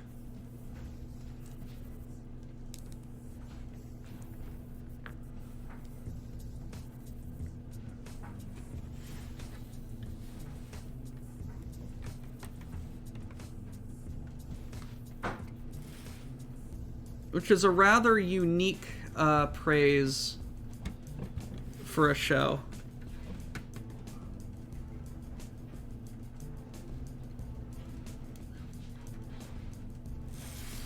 Oh god.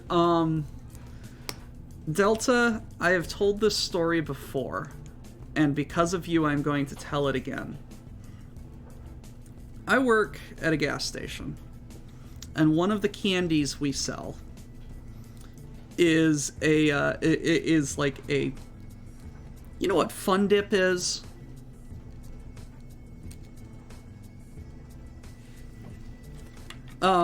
It's like, this candy is like that, except it's called Sour Flush. And it's lollipop plungers. Oh, no. Fun Dip is you take a stick of sugar, lick it, get it wet, dip it in some more sugar, and then you lick the sugar off the sugar, then you dip more sugar. Until you're out of dippable sugar, and then you eat the sugar stick.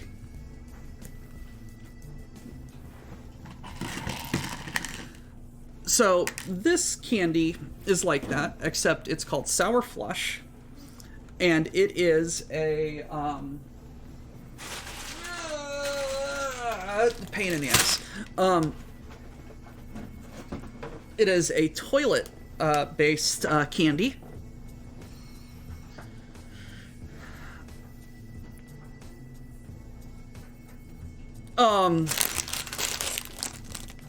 So it's like all of the sour mix is in the toilet.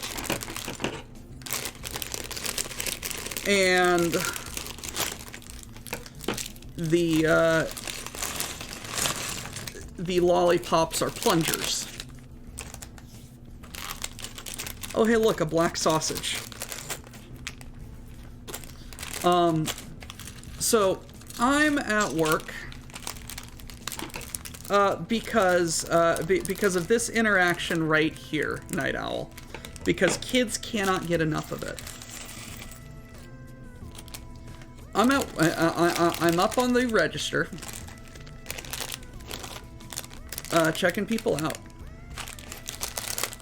When this dad, probably about 35 years old, and his son, probably about 10, 8 or 10, come in. And we had these sour flush things up in a display by the register. And this kid sees it, clocks it, and at the top of his lungs, in the middle of the store, points and goes, "Look, Dad! It's Skibbity Toilet! Skibbity Toilet, Dad! Skibbity Toilet!" And his dad turns to me and just looks at me and just like... And I say, "Do you need a bag with that?" Skibbity Toilet!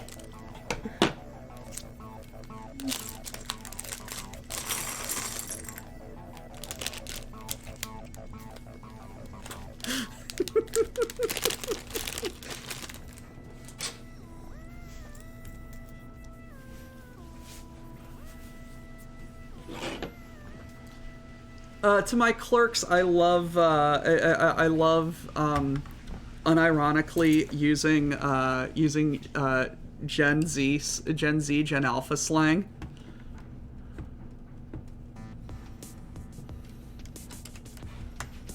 It's like, "Hey, no cap, FR.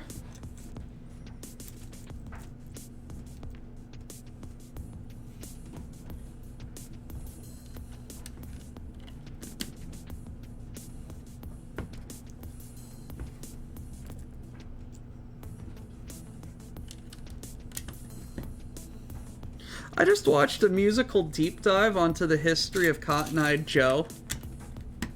And, the guy...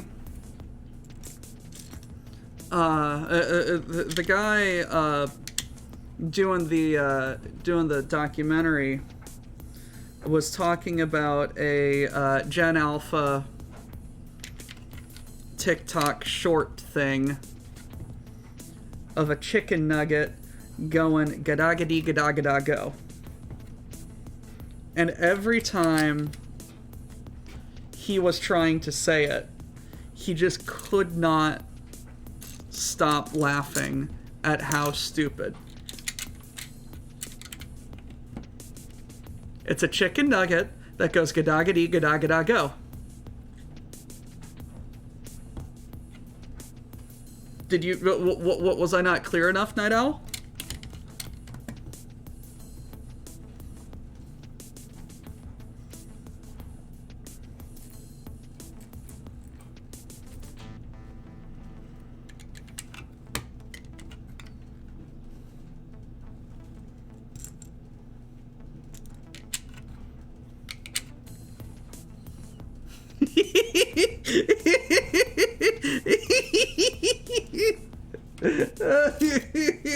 Oh no. Oh, no, no, no, no, no.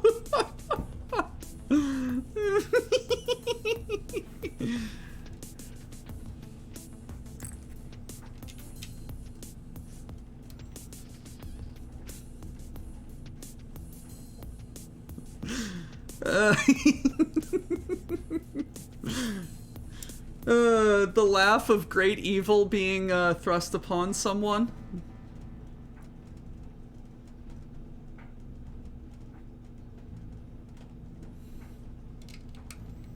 That's one interpretation of it.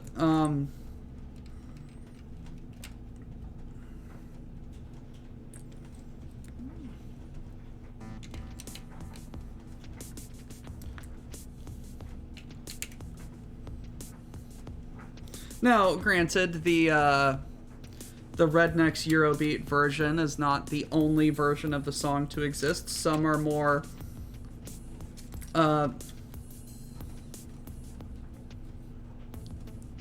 shall we say, remorseful or ballad, or I don't know.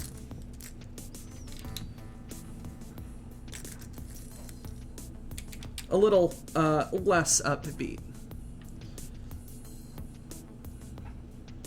All these years ago, Teletubbies educators and those involved with pediatrics were concerned about the show causing damage to childhood development.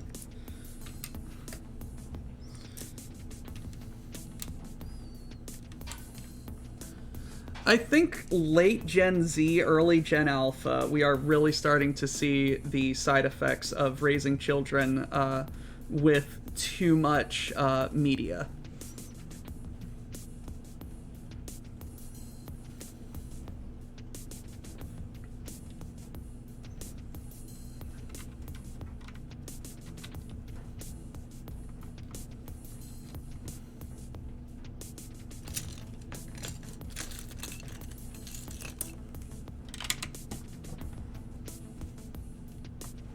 It's like, I don't know if it's...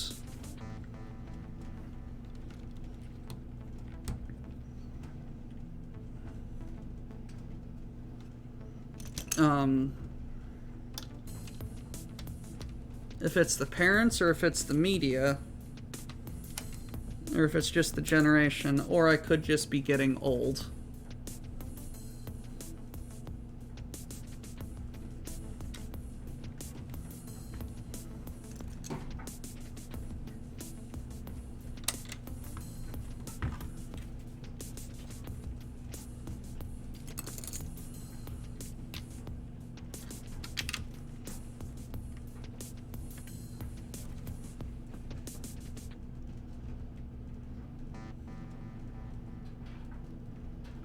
The attention span of a gnat.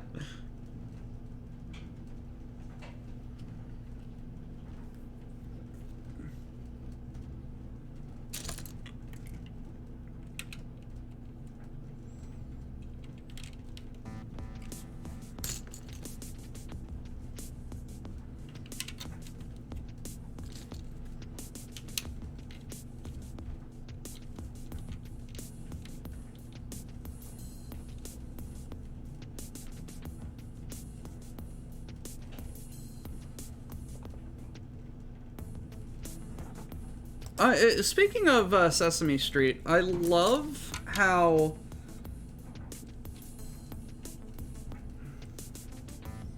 people got very, very upset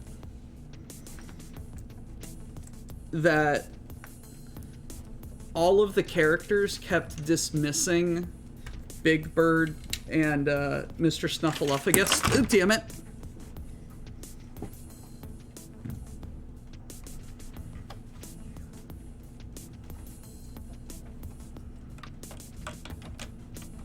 And, like, straight up demanding that people acknowledge Mr. Snuffleupagus.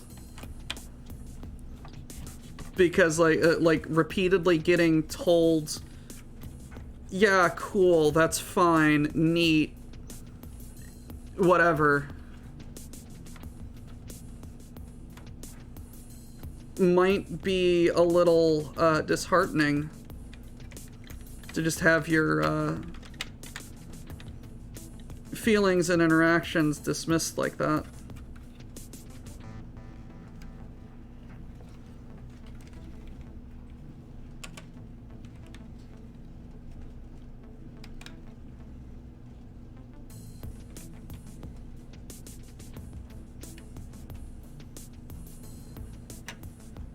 So it's like eventually they did have a grand reveal where everyone is just like, oh, so this is Mr. Snuffleupagus.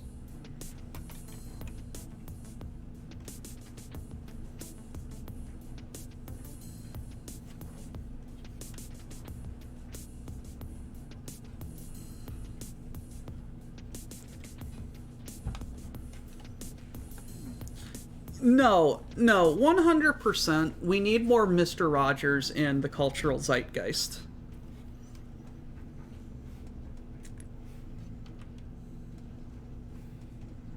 It's a wonderful day in the neighborhood. Dun, dun, dun, dun.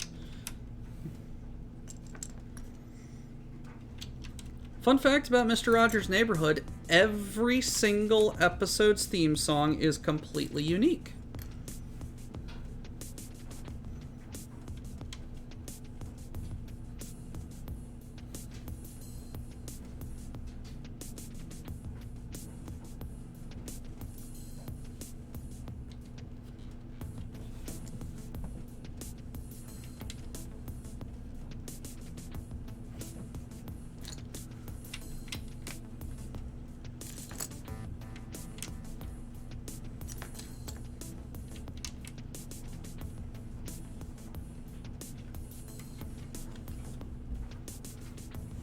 What I loved about Mr. Rogers and watching the reruns and episodes that I did, when I did, and even now looking back at it as an adult, like, Mr. Rogers, and in all of his interactions that I've heard of, took the time to get down onto the kids' level and understand their concerns and their problems instead of dismissing them. He's just like, yes, you are a child. You are still developing, and you may not know everything, but your feelings and experiences are just as valid as anyone else's and should not be dismissed.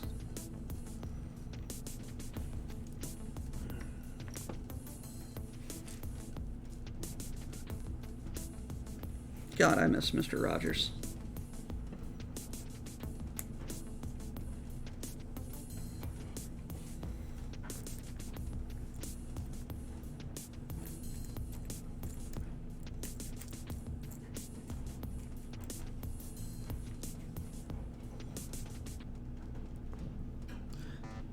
Yeah, wasn't it all about recording? And he's just like, look,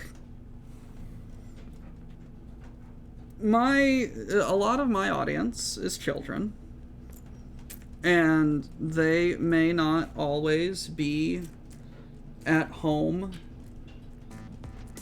in time to watch my broadcast. So I would rather the parents be able to record it and watch and have the kids watch the show at a later date than miss it.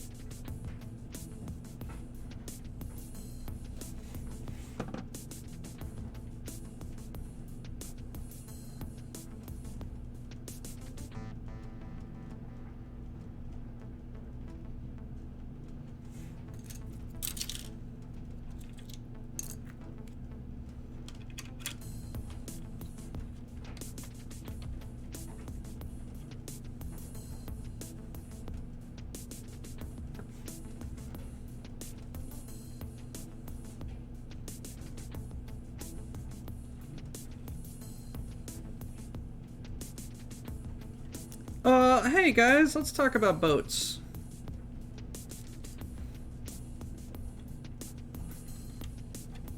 Let's get away from PDFs.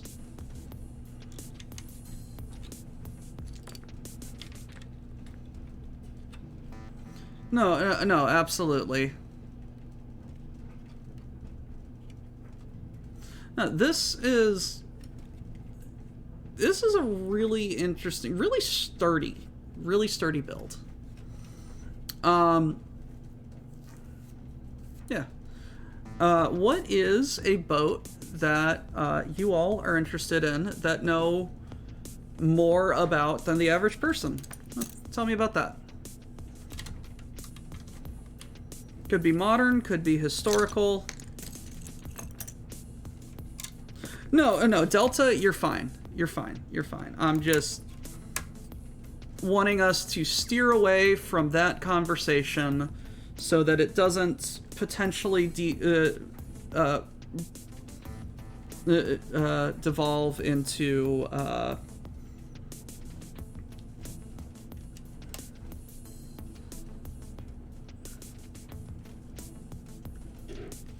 potential controversy.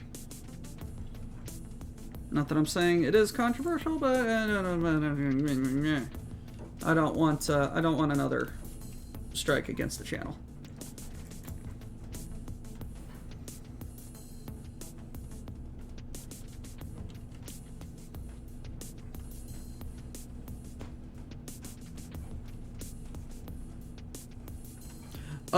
Please, yes. And I recall the Sino-Japanese War to be an absolute like in the military historical record to be an absolute hilarious fustercluck of logistics and nightmares.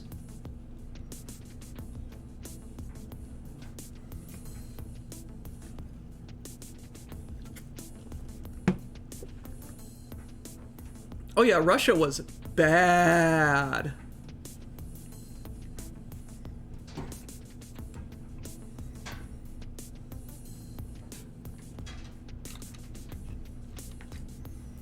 Yeah, I believe Tsar. It was Tsar Nicholas, right? The last Tsar of the last Tsar got really uppity and thought too much of himself and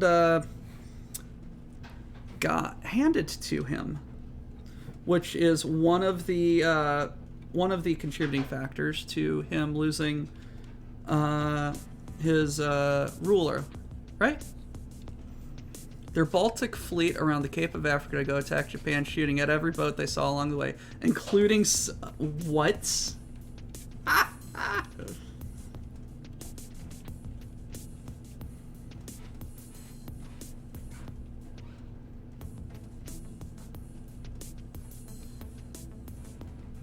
That is the Russo-Japanese War.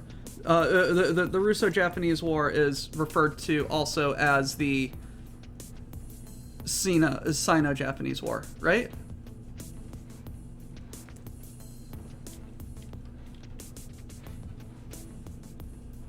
Or am I conflating the two?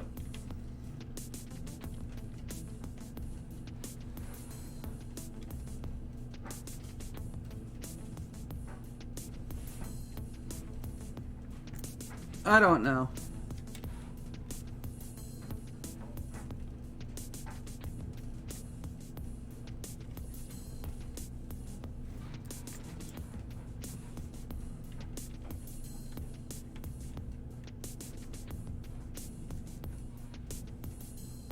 Okay. So we got names confused.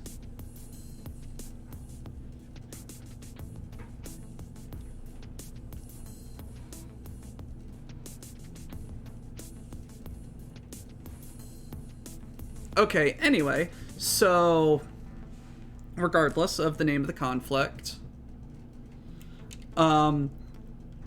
Russian ships come steaming around Africa, shooting at anything that moves, including some of their own ships. Please continue, Apocalypse.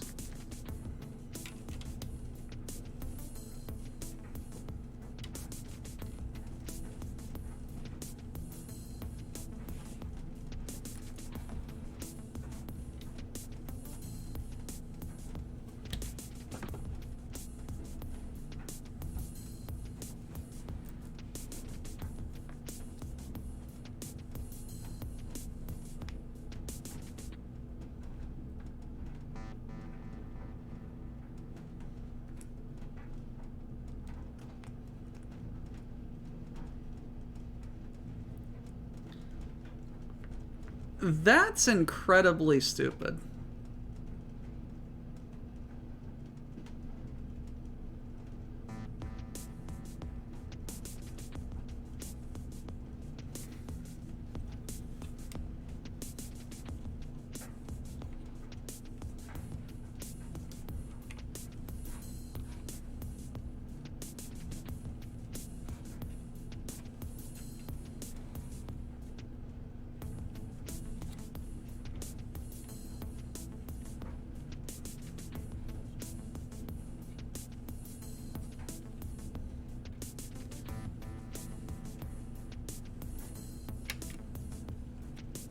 That sounds incredibly depressing, and I am going to need to research this now.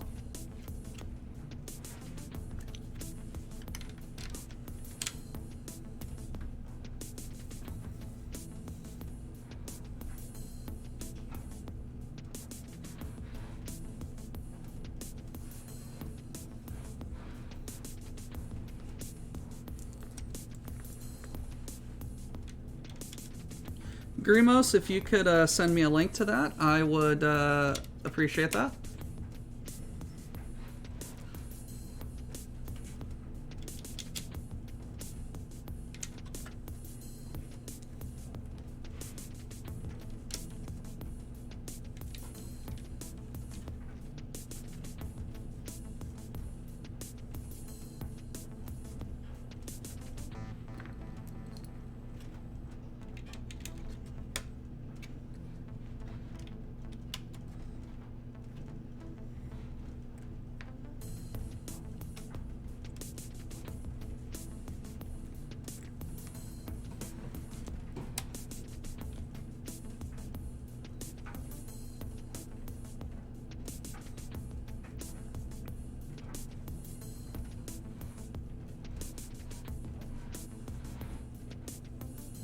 Laser Pig took some time to dunk on. Okay, and Apocalypse sent me a Laser Pig thing on Black Agnes.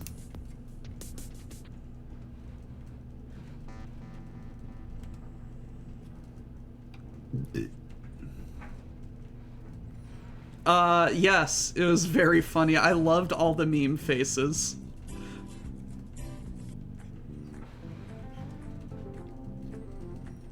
I can't recall the name of the Robin Hood guy, but I loved that he was Chad Face.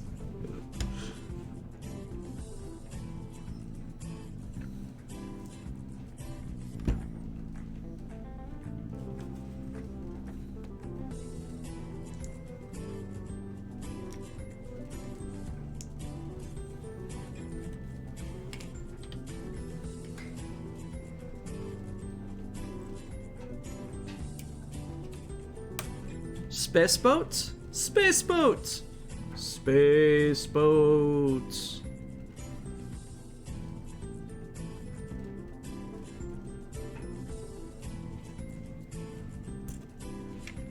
Hey, Grimos, you're in charge. Get ready to strike down any, bots that we see.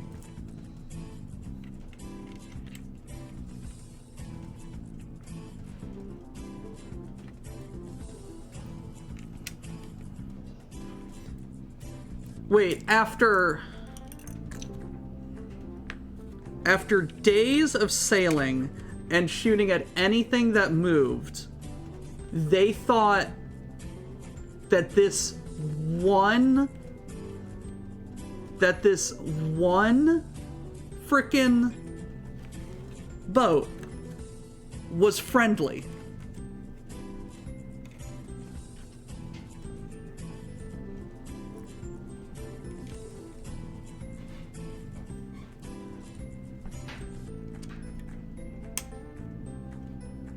After shooting anything that moved, they thought, oh yeah, no, this one's good.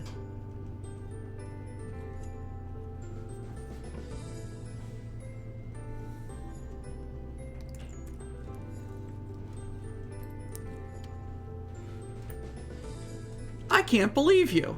I don't believe you. I refuse to believe you.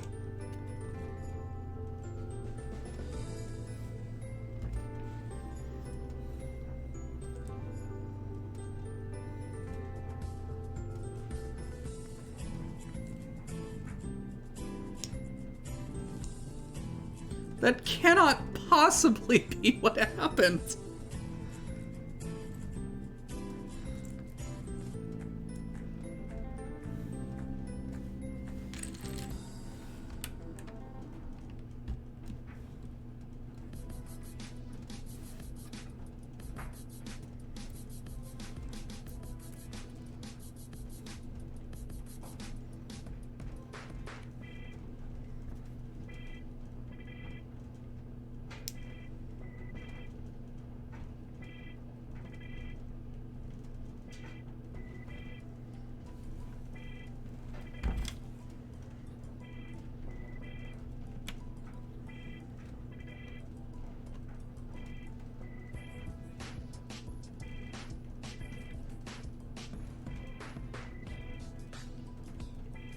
Please.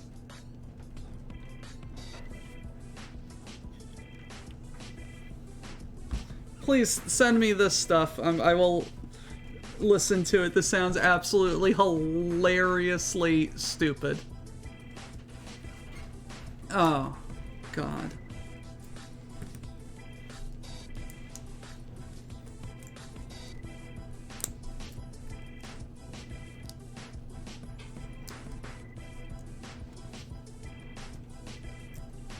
Oh, that's Jerry's boat.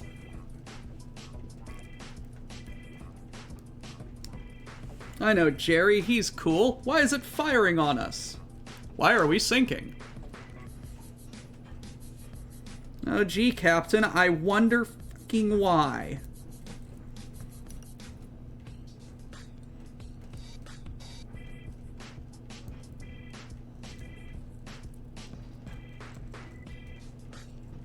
And it's like, didn't Tsar Nicholas have, like, a Japanese dragon tattoo or something?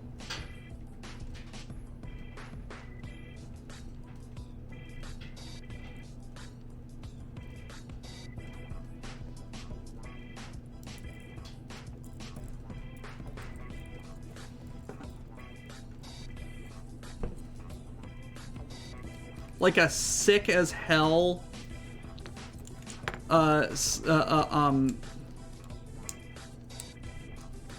Japanese, like Japanese style dragon tattoo.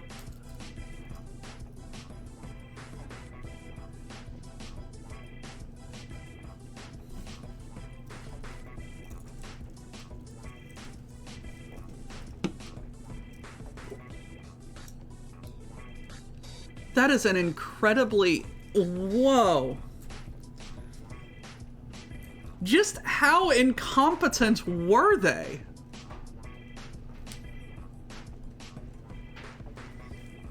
Also, this is a very funny looking anchor. It's a sausage.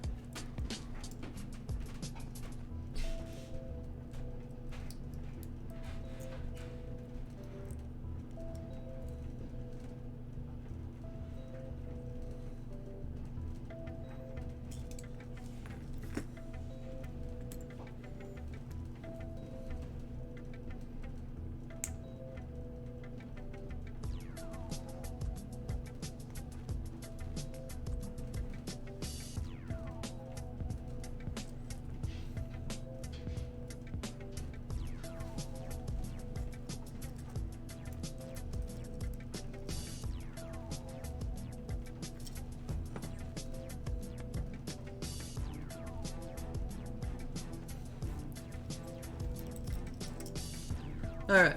The Titanic was fitted with 3 anchors, one on each side and the heaviest in the center. So this goes in like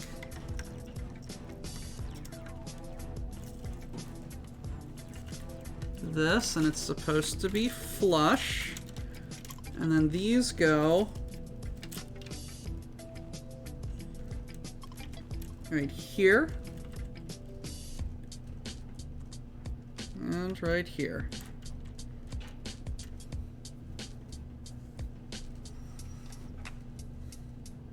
It's like apparently like Russia's only big military victory is outlasting Napoleon during the winter.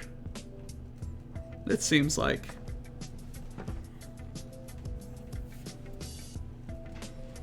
At least historically.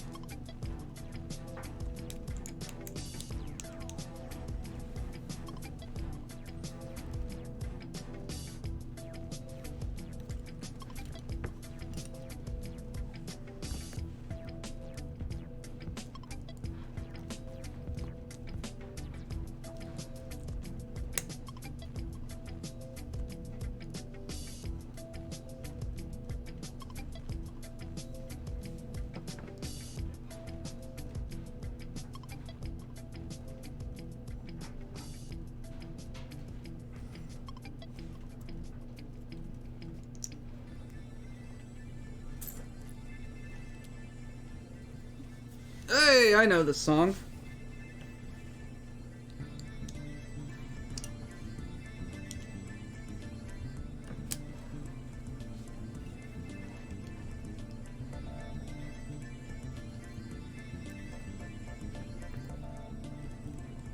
I hear it about twice a week.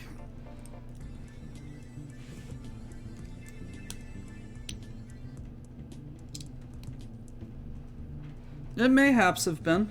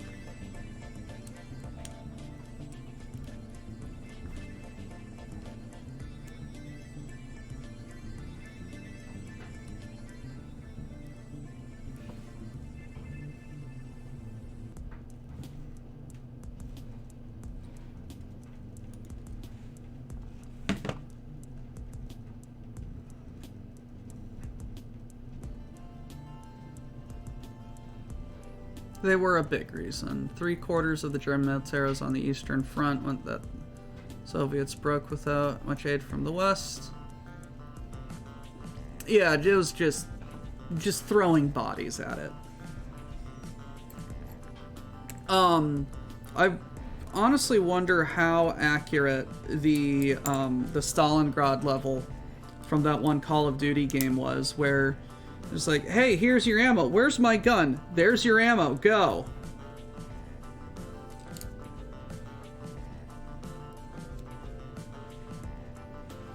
But my gun. Go or I'll shoot you.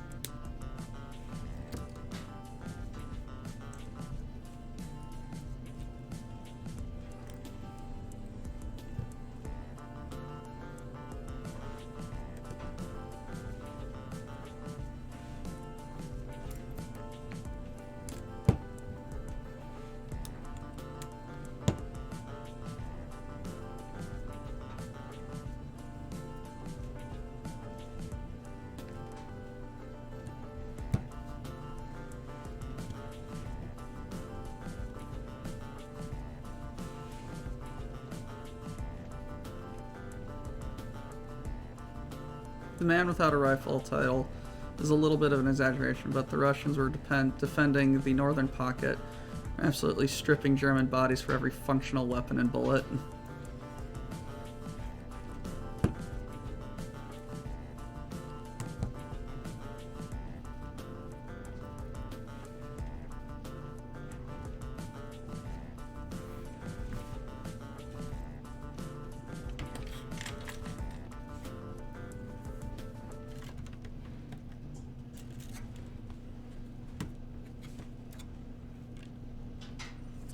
The whole thing did happen, though, not because they didn't have enough weapons, they just didn't have enough of them at the front.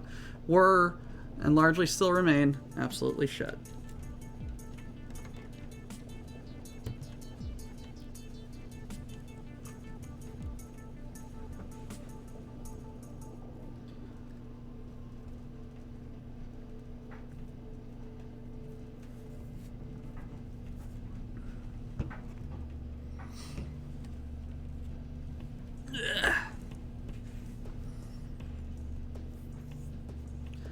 Yes, please, ducks. Distract us.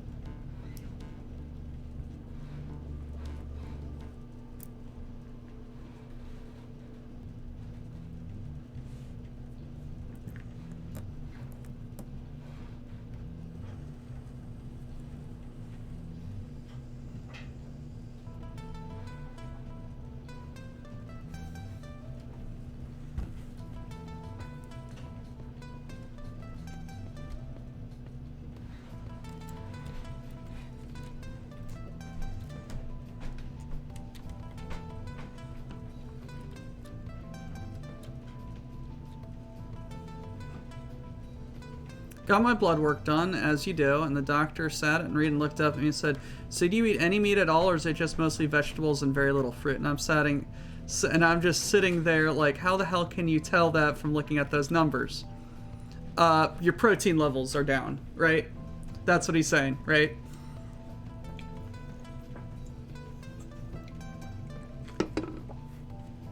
You have low protein. Or iron or something, right?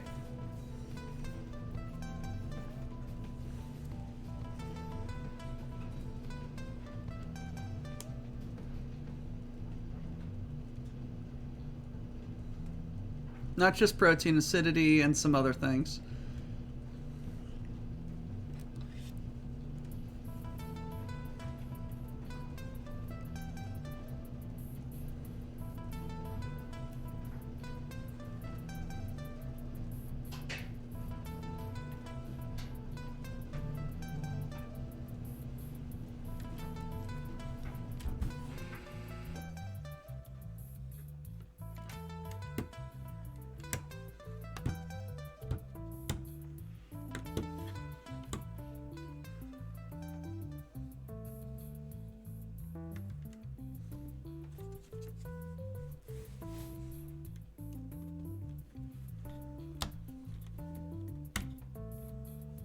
God damn it.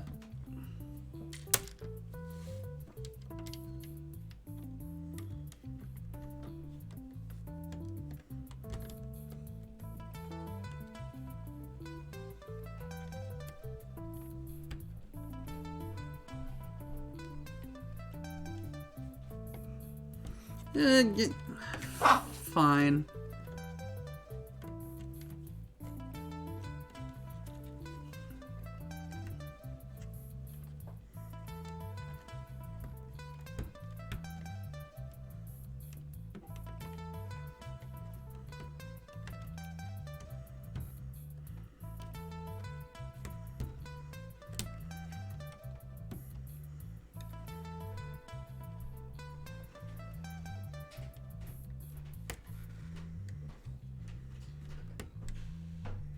Yes, that's good.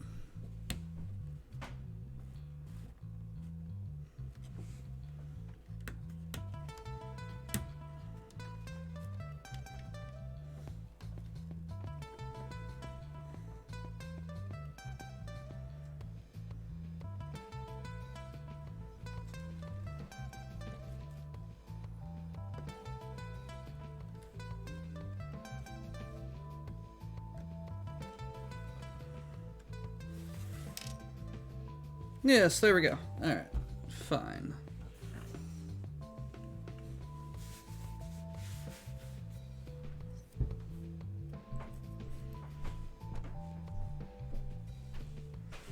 Ducks, drink more water.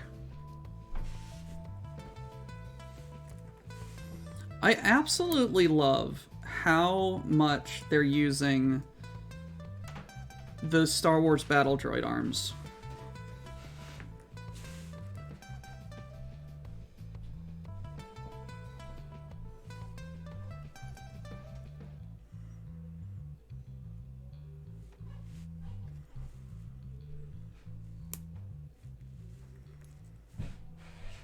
It's like they are really using them a lot in modern builds.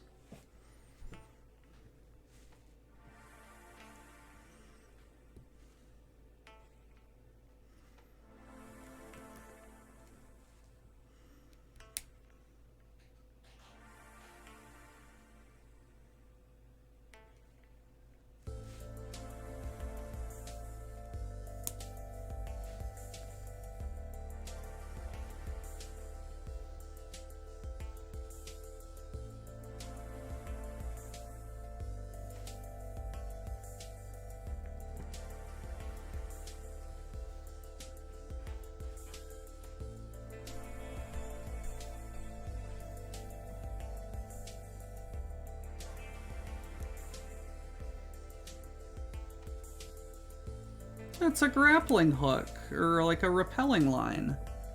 Huh.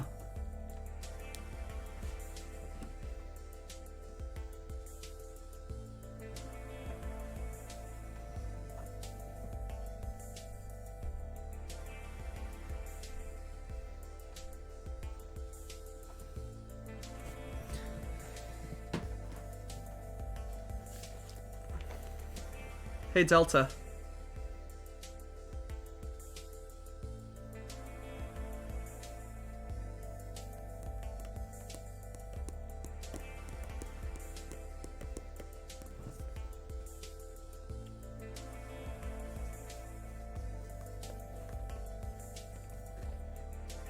Gift with purchase.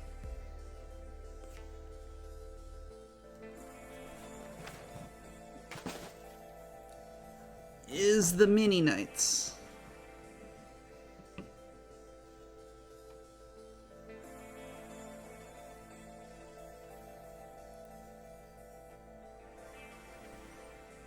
It doesn't look awful. It's fine. It's a Mini Knights castle. It was free.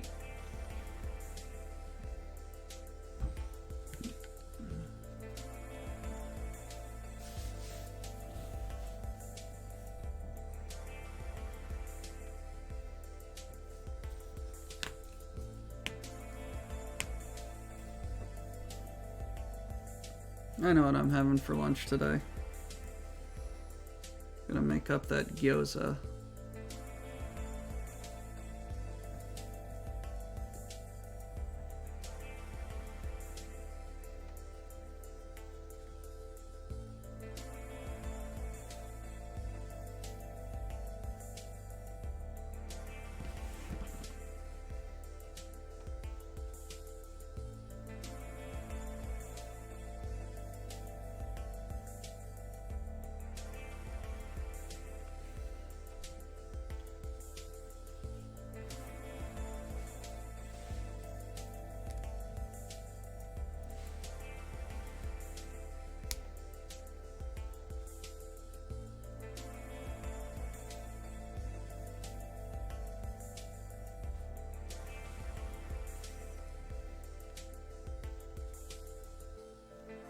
Also, if you want castles, Himeji Not Himeji.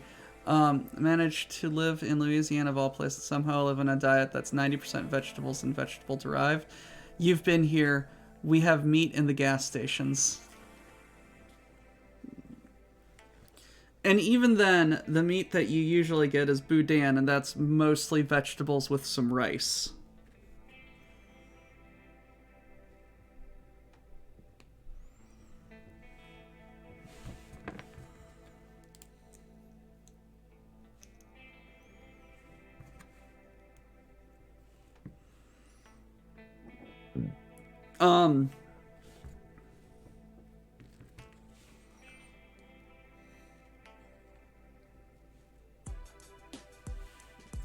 What is it? Delta, if you care to, I have a video, couple video series of me making the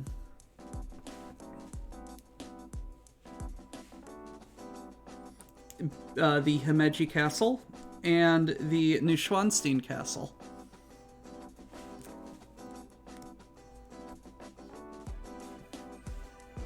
So, boom, there's your castles.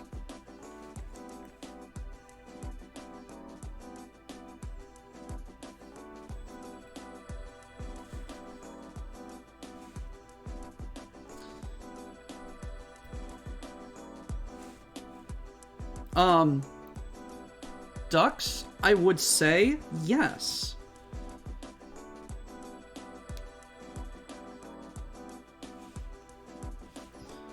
Out of all of the things that you've ever put into a toaster, I could see those being potentially the least offensive.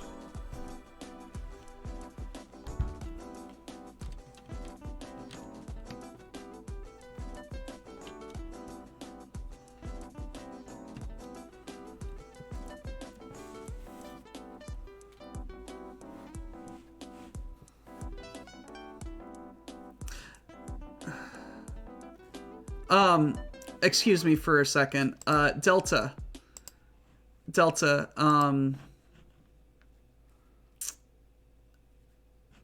please, enjoy. Disclaimer.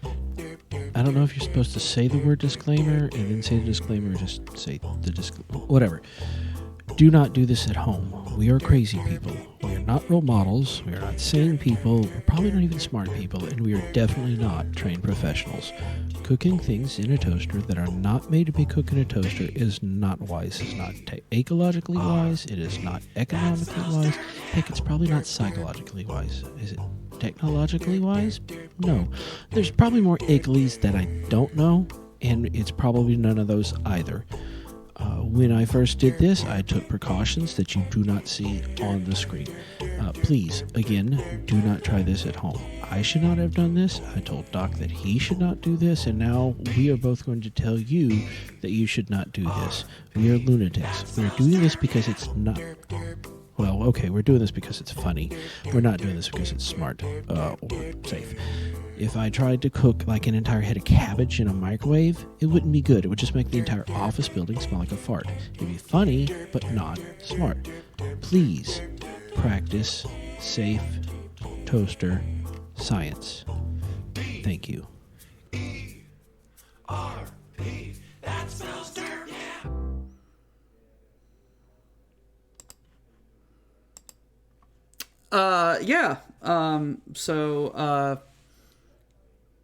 There's a reason we're kind of mad around here, Delta.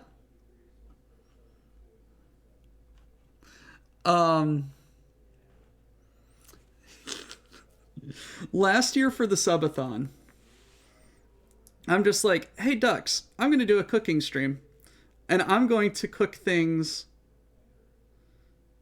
in a toaster. Can you please make me a disclaimer? And he said, how...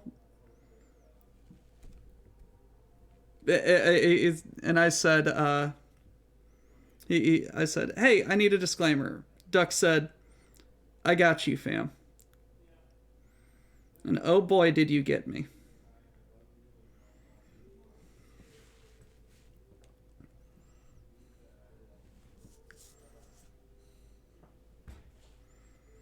I cooked, fun fact, toaster science is the reason why I love Brussels sprouts. I had never had Brussels sprouts, and I'm just like, I wonder how Brussels sprouts would go in a toaster.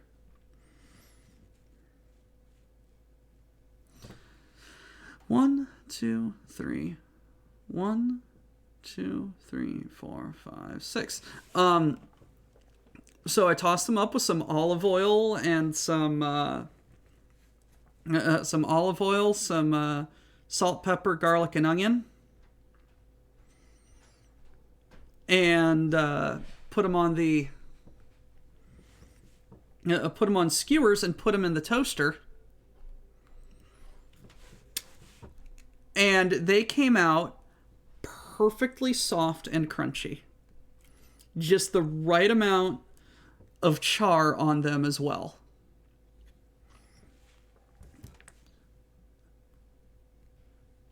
And I'm just like, holy crap. And now I regularly make Brussels sprouts because they are tasty. They were fresh.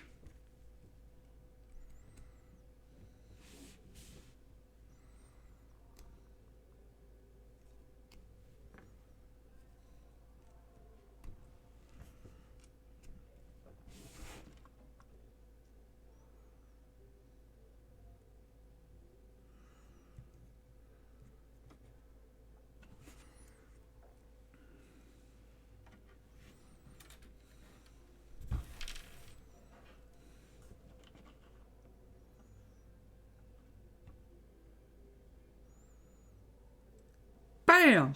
Taco seasoning. I will have to try that.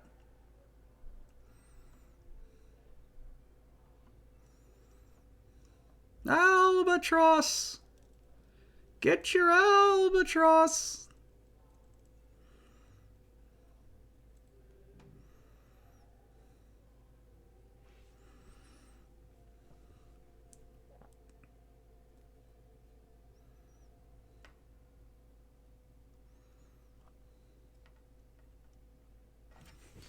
Dux, weren't you the one telling me that that thin sliced hickory spam tastes just like bacon?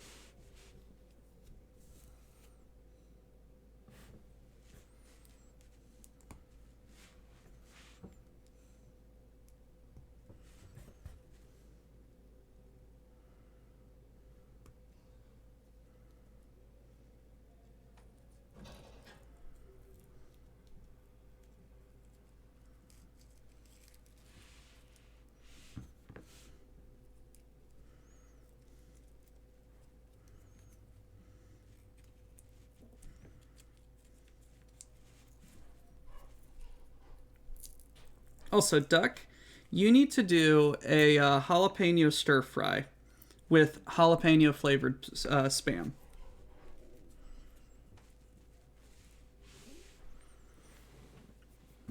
It's actually pretty good.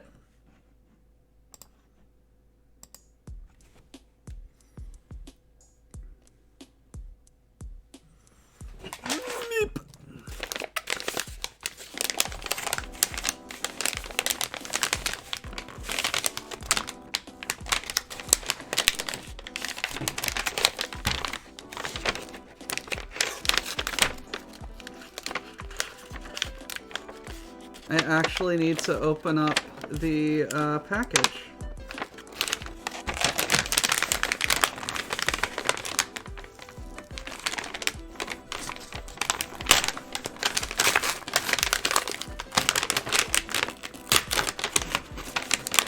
Because I assume there's a sticker sheet in here.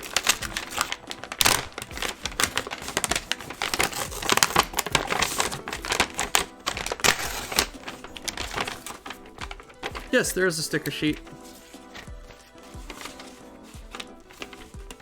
We're making our packaging more sustainable. plastic bags.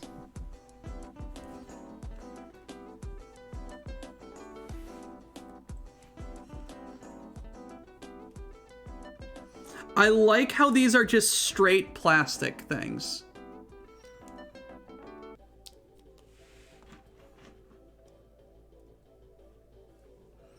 I miss spam. Got bit by a tick and got alpha-gal. Allergic to any mammal meat or... Oh, man. That sucks. I am so sorry.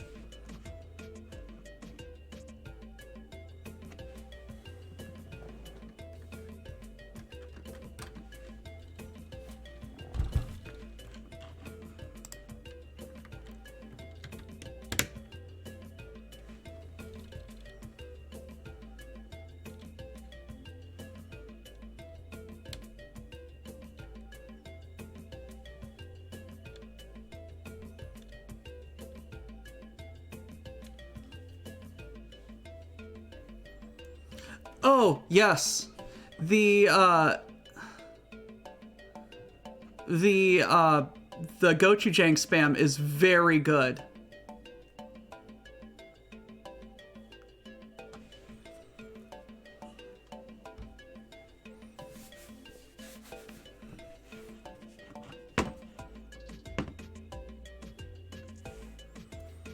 Oh, and the American flag. Okay.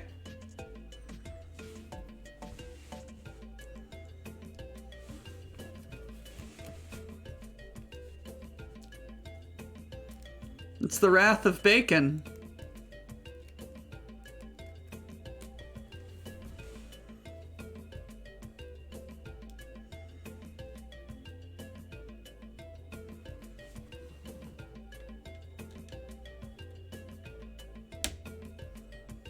That's a very clever connection right there. They put the flag through the through this little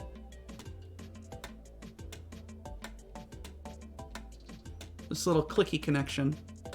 Put the line through it. That is clever. The transmission wire.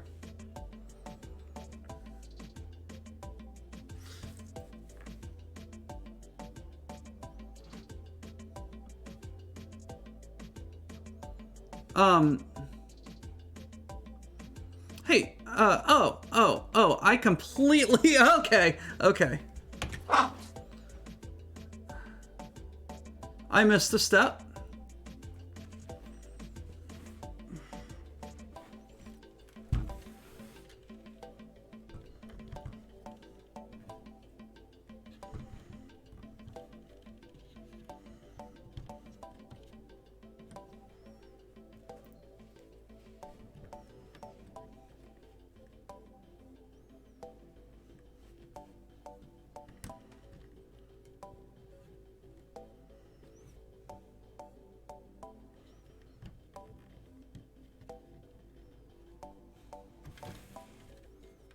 Because it says so.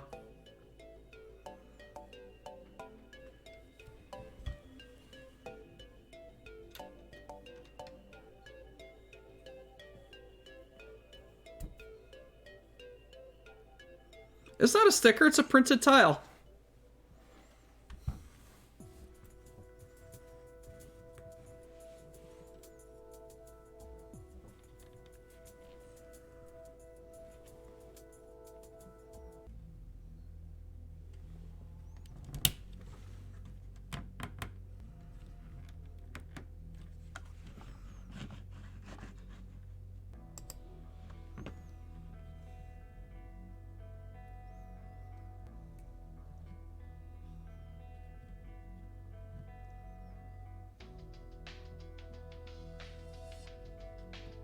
Okay. It's just okay, it's a rebuild.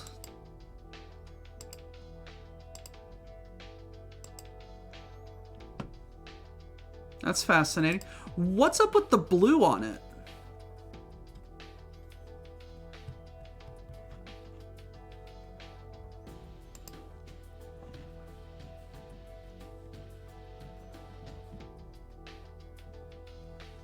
Ah!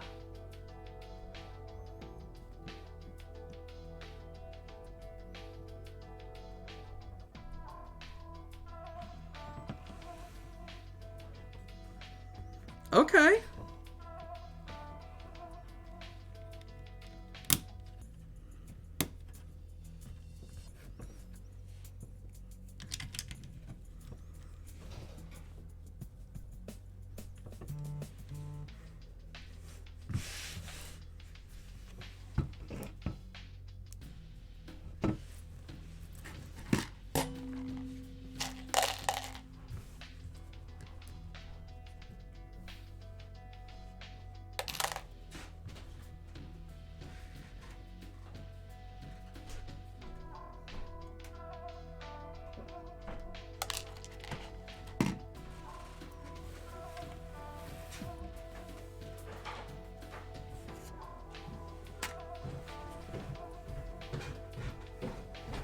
Hello. Hi, Phil. Hey, Dad. I'm leaving. Your mother is out. What the hell is that? Oh, that's, not the Titanic. Yes. Really? Yes. You have a Titanic. It's not a Lego, granted, but, I don't know where you're gonna put it. That's a problem for later. Yeah. Mom is out at the Moose Lodge for...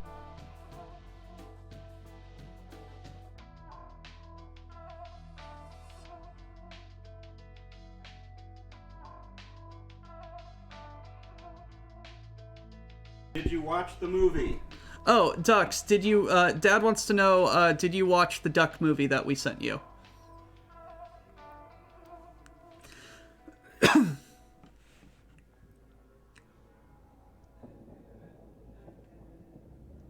Hello. Hello? Yes? I don't know. Not yet. He has it on the laptop at home. Okay, well, I don't intend for those things to be coasters. I intend for them to be watched. Forgot about it because he is dumb.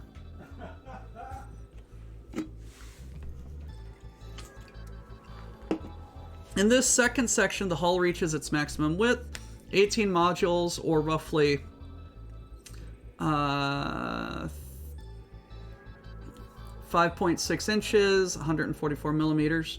Inside the hull, you will begin construction of the ship's cross-section, including part of the swimming pool, the grand staircase, and one of the Titanic's boiler rooms.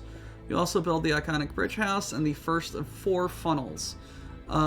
A hidden locking mechanism inside the grand staircase allows the entire ship to connect securely together.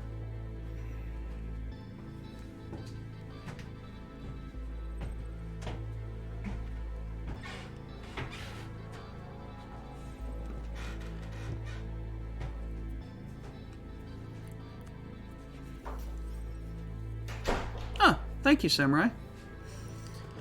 Quite literally next to your foot the entire time. Oh, God.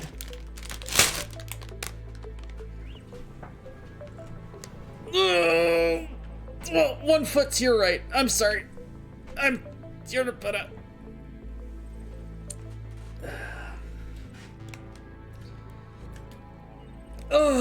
Stretch. Oh, stretch those knees.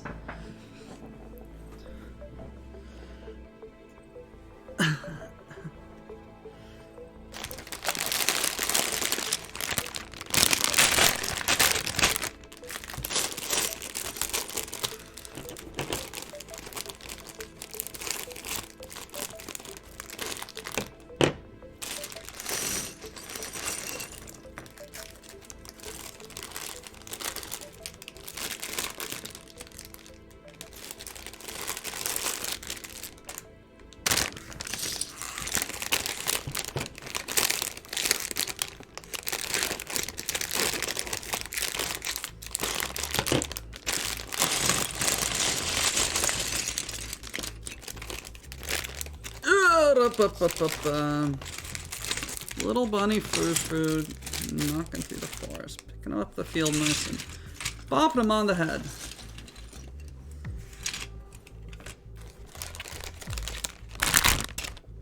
I need to start on my little short story for Shoal.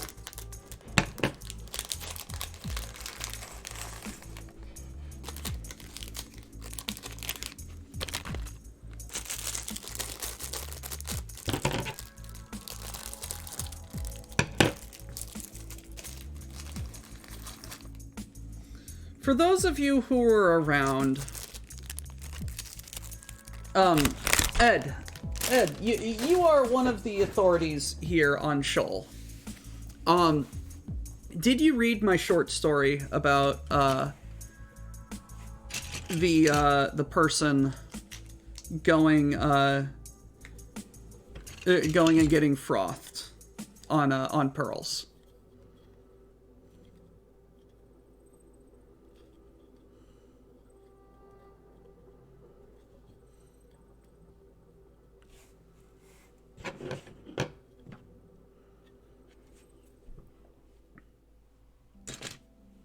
I'm rather proud of it, honestly.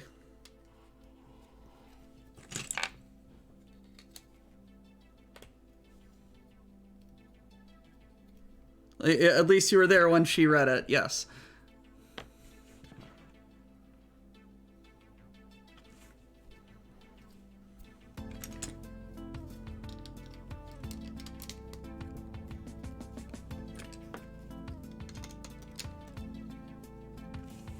It's like, I don't want you to just say that, but it's like, it felt like a very interesting story to me, and it just popped into my head, and I'm just like, I'm gonna do that. And then I started writing, and I'm just like, what if I do it like this? And I really like how I did the until with the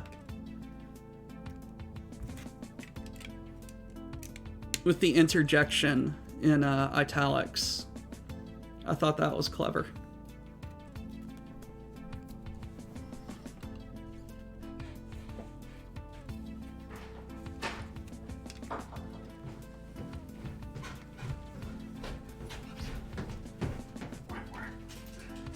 Wah, wah, wah, wah, wah, wah, wah.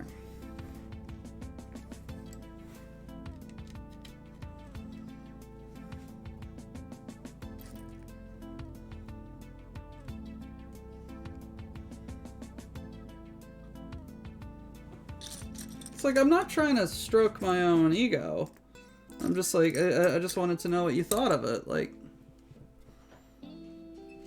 And you don't want to just heap praise on me.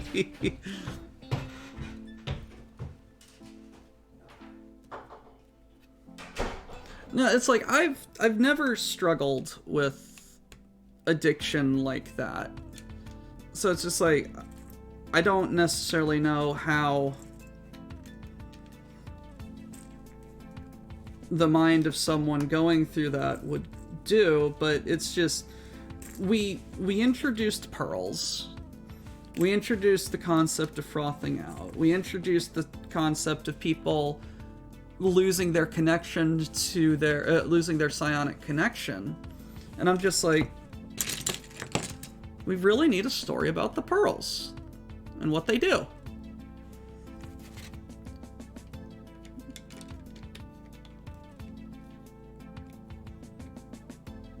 I know jack shit on writing, yet here you are,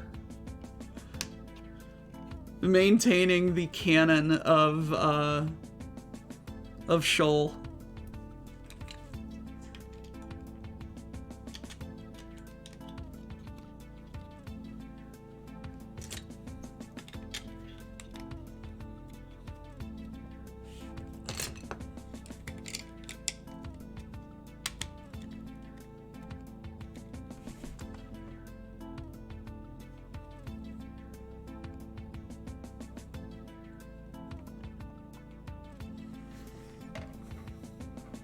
That's a wild name to just see it.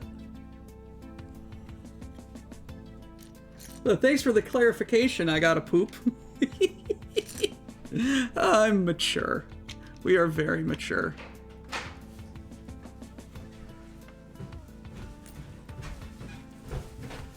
I can't get out of here.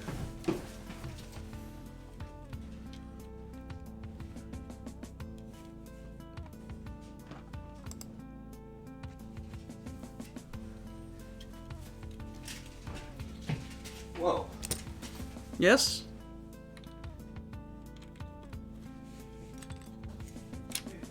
Hey, yeah?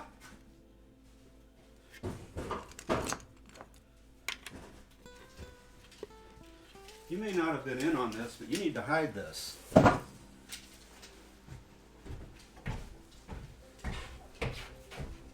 Okay, yeah, I wasn't in on it.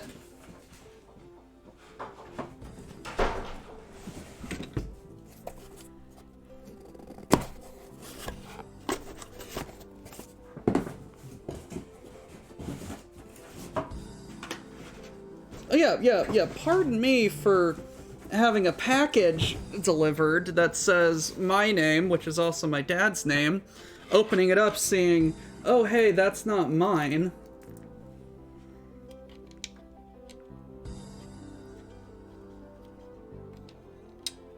And then giving it to the other person who's named my name, you know?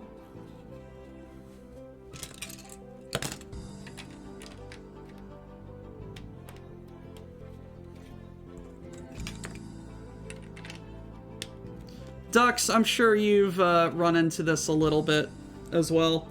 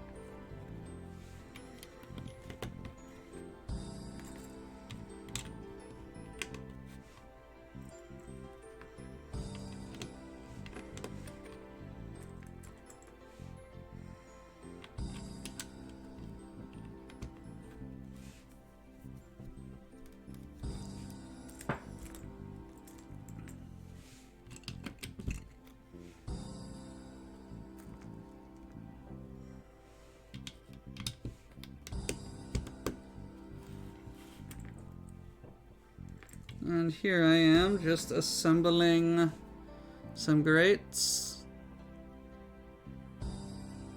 Ooh, nice.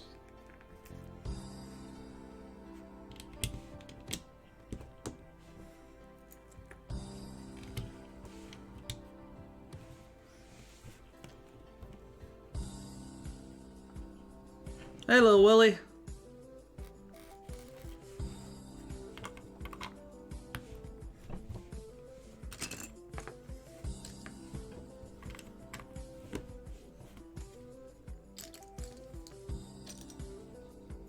Yes, new Lego set. He's a big boat.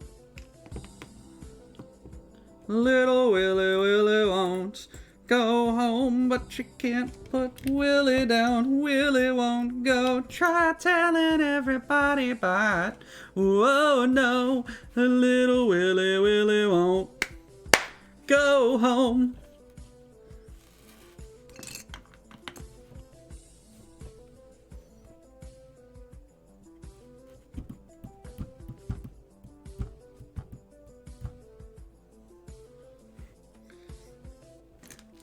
Dux, did you see the, big old bowl of dip that I made for myself?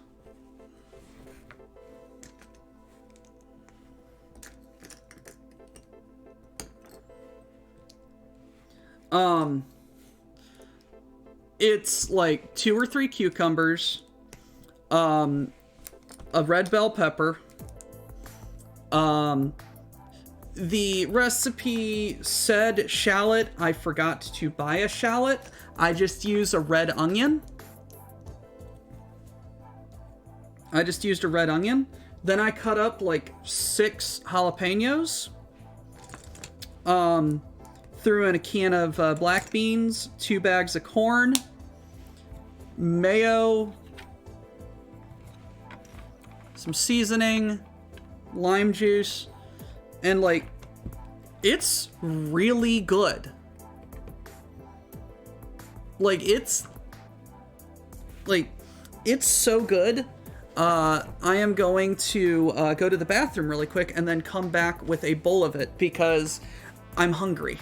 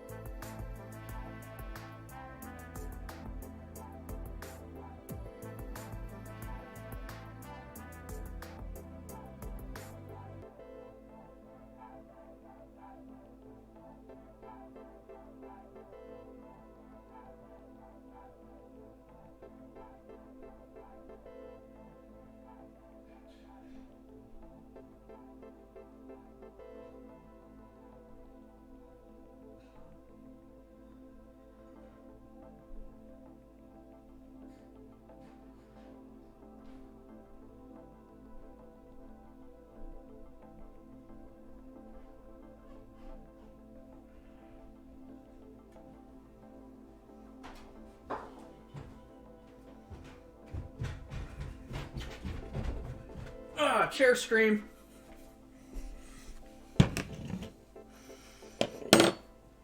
Yeah.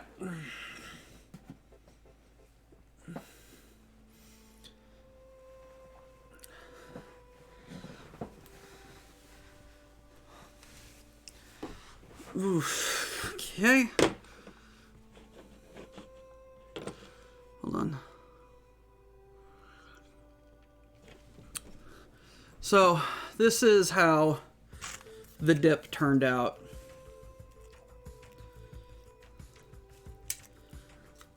It's very sturdy.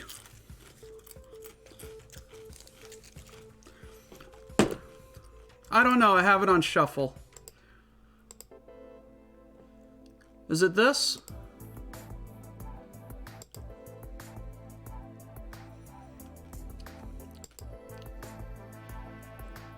Chill Zen vibes.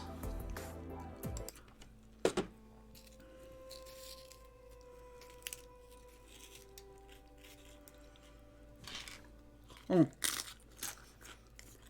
Mm.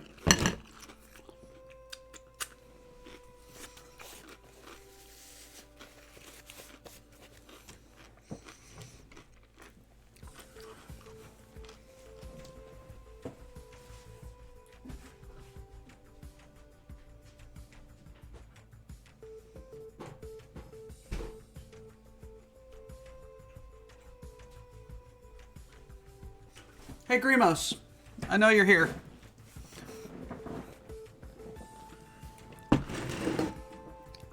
Who's up next?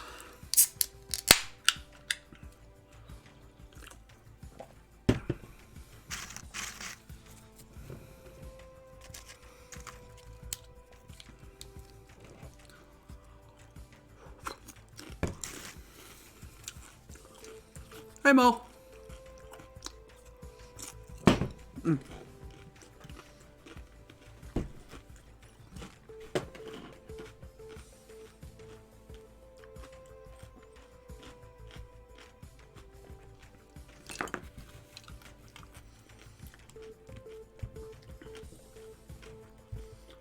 Okay, I'll finish this bag then.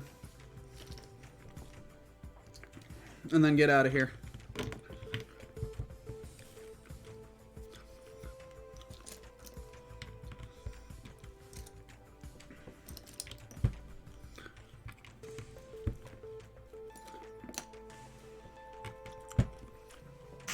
He says as he continues to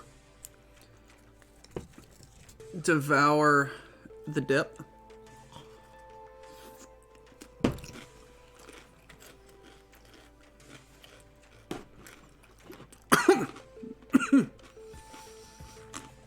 Yes, I did, Mel.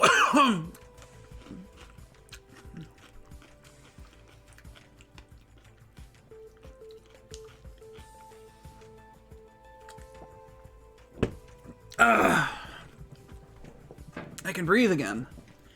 I can fight.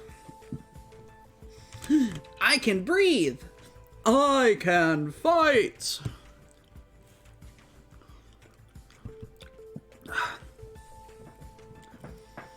I can see. I can fight.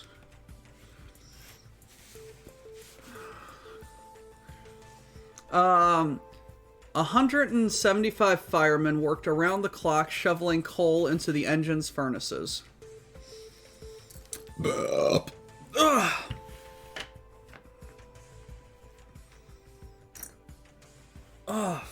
Fart.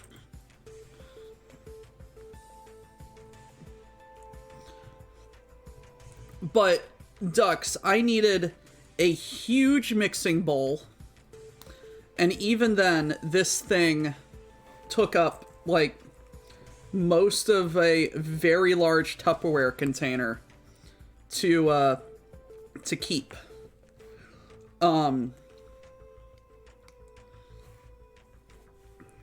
Like, this thing would probably feed you and Shyla for like a day or two. It's just a very solid, very tasty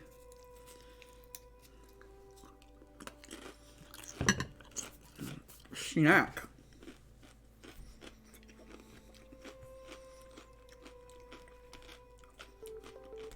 It's like I had it at work to like try and not eat the fry food.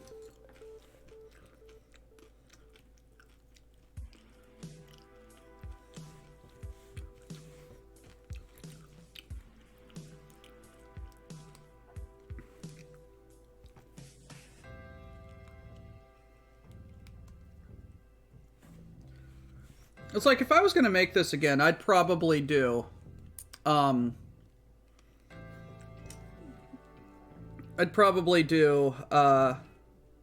another can of beans.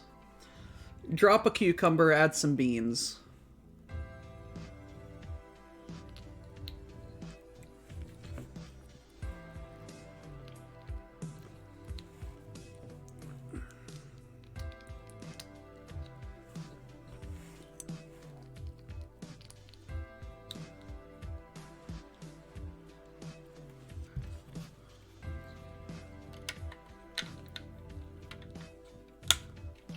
Ah!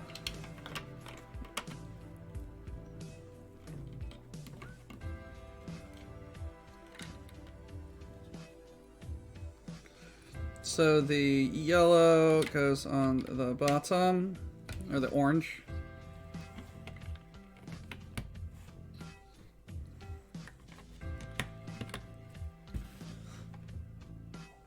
And then another bite of dip. Oh, mom. Hello.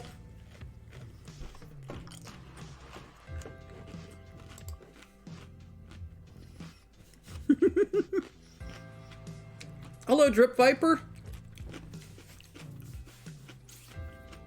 First time chat. How you doing, buddy? This is the WBPL 76. I am Doctor Who's the Chef. I am just but one chucklehead who streams on this lovely little channel. We do this is a community access channel, treated like public television, public access television. And a lot of us just kind of have shows where we do our own things. It's nice to meet you. I hope you find something here that you enjoy.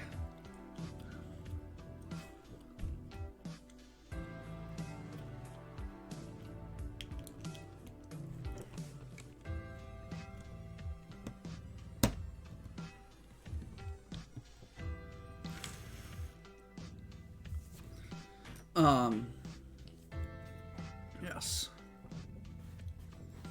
I am currently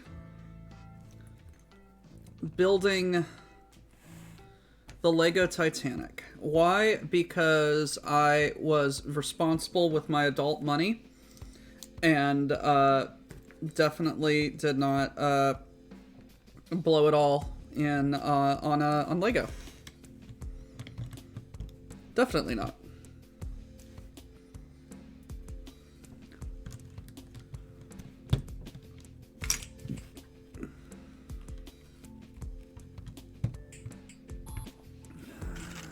I need more dip.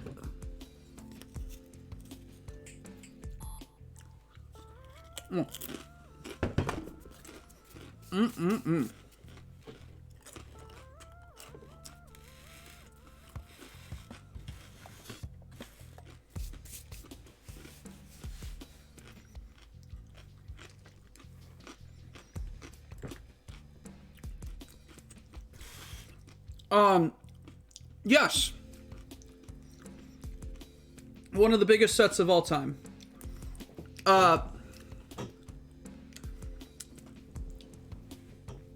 The Eiffel Tower over there.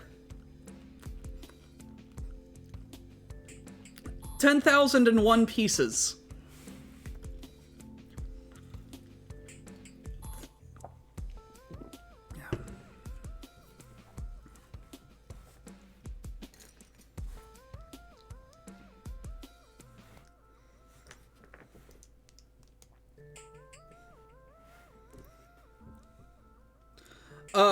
Mo and I need to do Earthmeal. We absolutely need to do Earthmeal.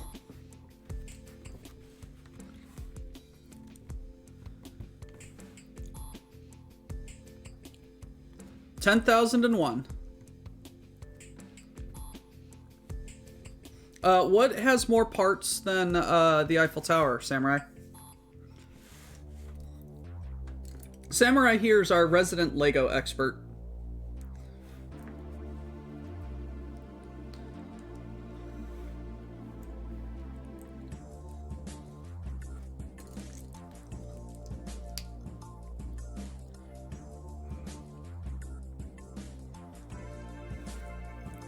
That's fair. And what's number 3? Yup.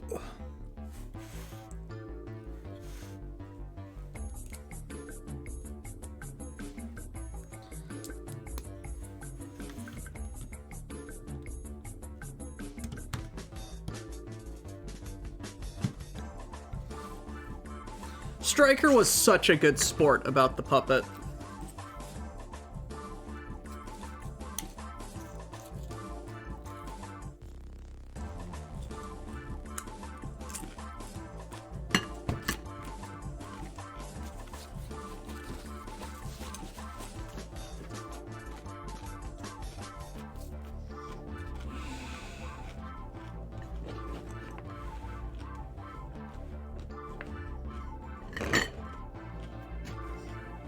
Kane, hello!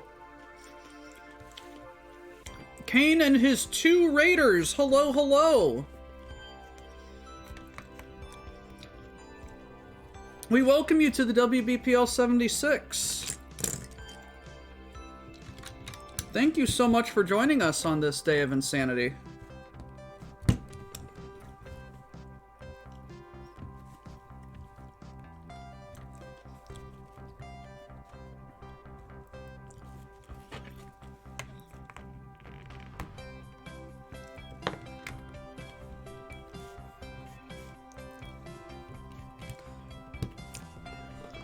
Which one is this?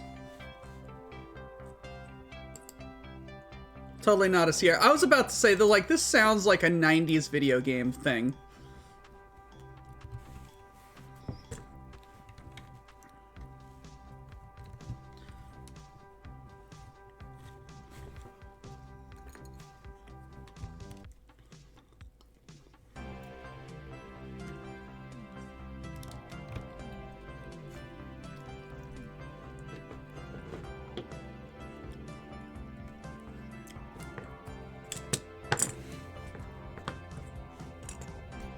There it is.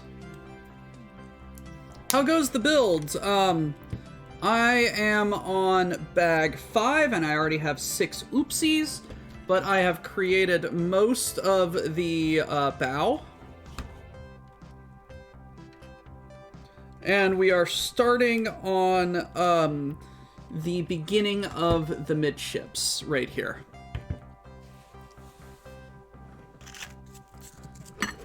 And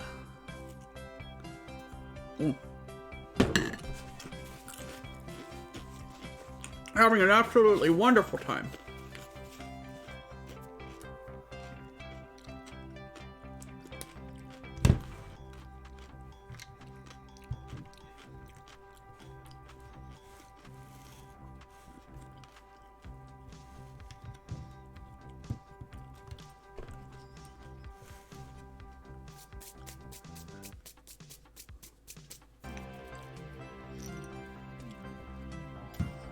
You are enjoying a song written by Mad Ducks.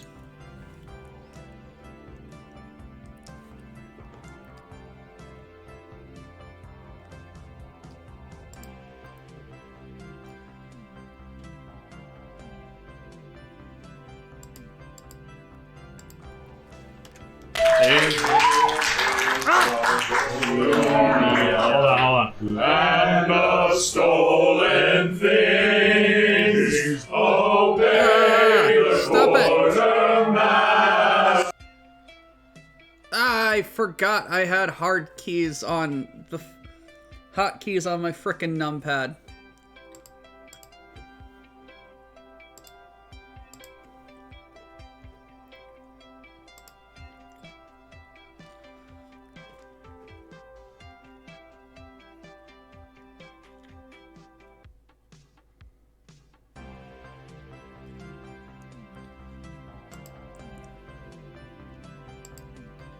Two 10,004 pieces. Whoa. What the hell?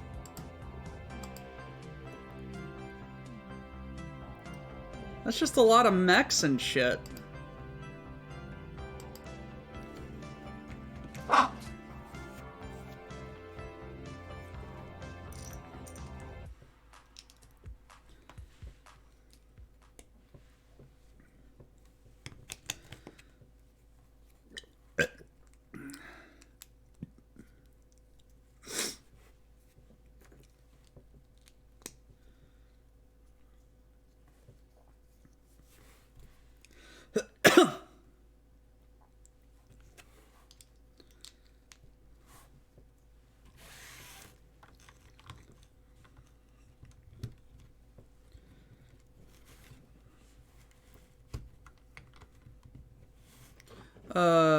Music is...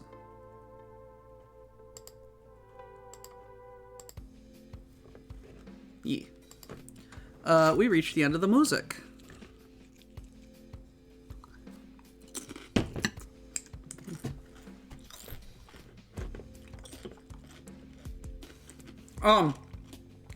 I'm gonna finish this bag.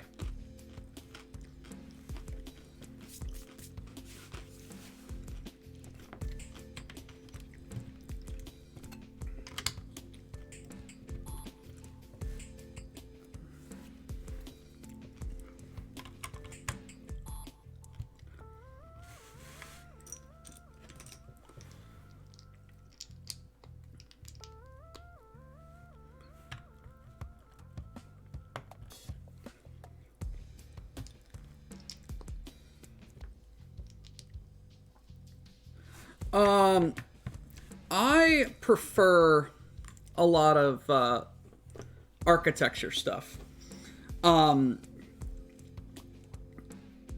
Like I just love those big grand sets that like you look at it and you're just like, that's still Lego. But I can see what they're trying to affect with it.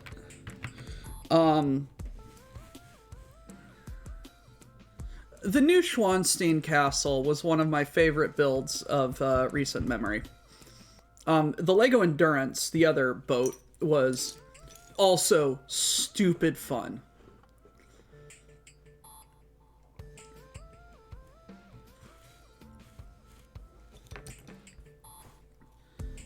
Had a lot of fun building that one.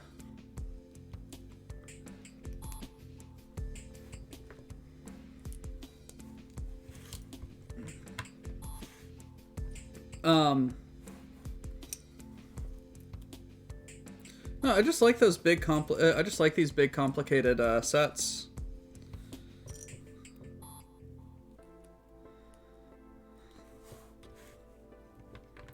Apocalypse. Did you see that they re-released the Blacktron starship?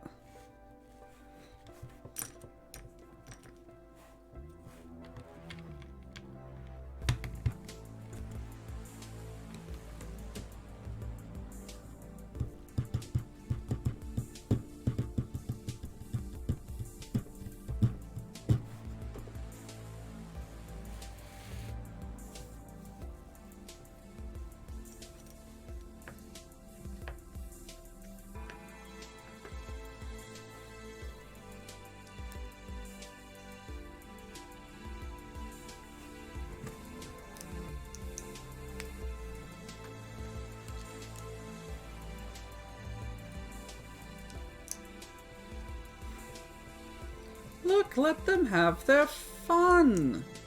There's no use crying about it now.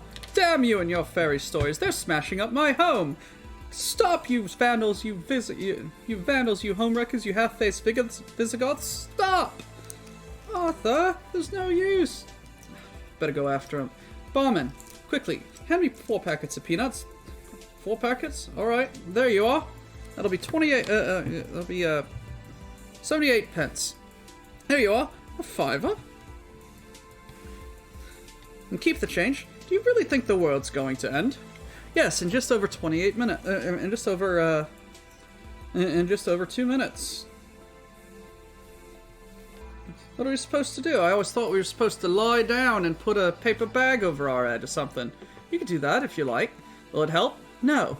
Now, if you don't mind, I have to go find my friend. Alright. Last orders.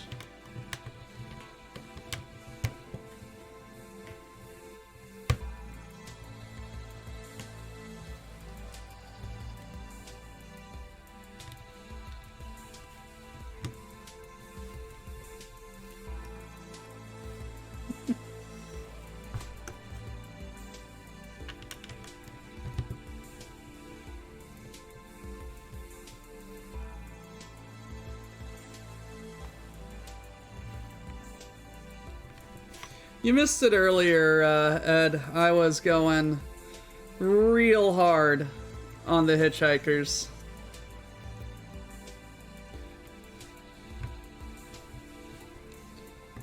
I'm gonna chop you up into little bits, and then I'm gonna stomp on you.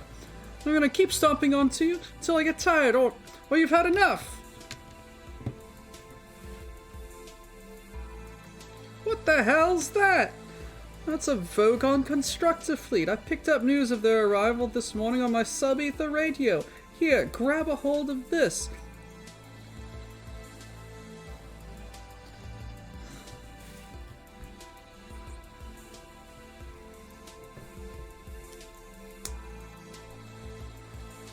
People of Earth, this is Prostechnik Vogon Jeltz of the Vogon constructor fleet. As you are no doubt been aware, the plans for the development of the outlying western regions of the galaxy calls for a hyperspace bypass route to be constructed through your star system. And regrettably, your planet is one of those scheduled for demolition.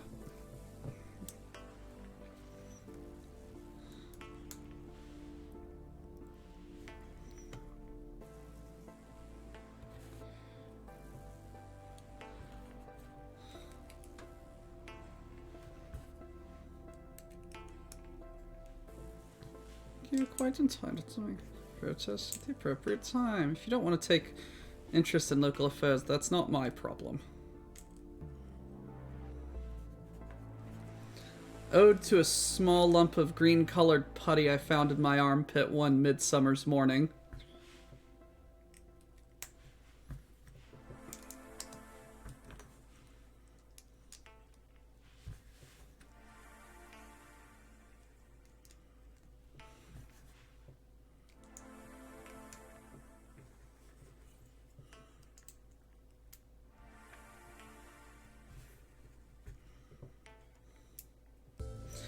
With me, Ed, it's not that I read it in so much as I had the BBC radio broadcasts and I listened to them nonstop.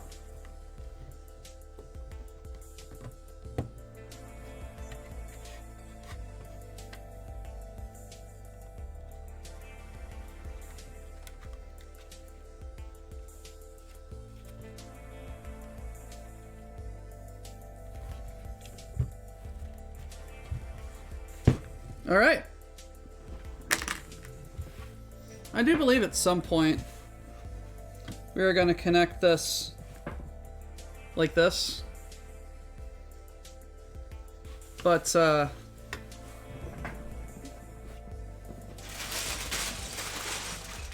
got more than a few bags to get through. And not enough time to get through it.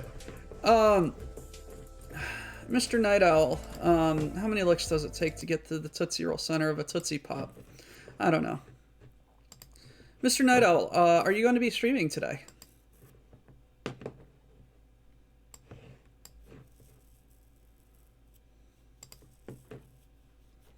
Oh, Grimos, those are good dogs. Are you going to be starting here very shortly?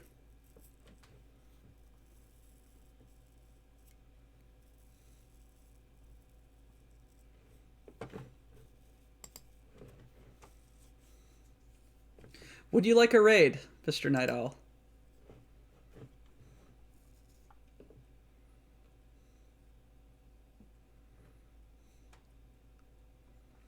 There's a lot of Lego people. All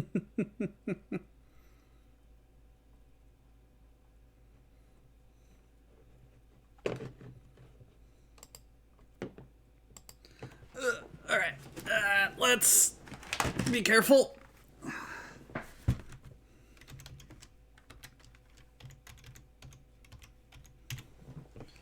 Ladies and gentlemen, thank you so much for joining me. I hope you had a wonderful time. Please be nice to Night Owl. He is going to be streaming some persona or another, as he is wont to do. I hope you had a wonderful time. We will see you again. Remember to hail Cargonia. Hold on. Land of stolen things, obey the quartermaster, unless he's a ling. Miners don't die today. Cargo text push freight. Our enemies in disarray. All hail Cargonia.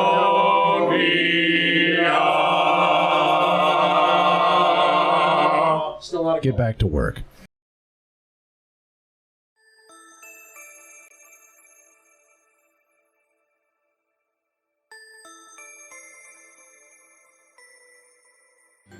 Almost shit.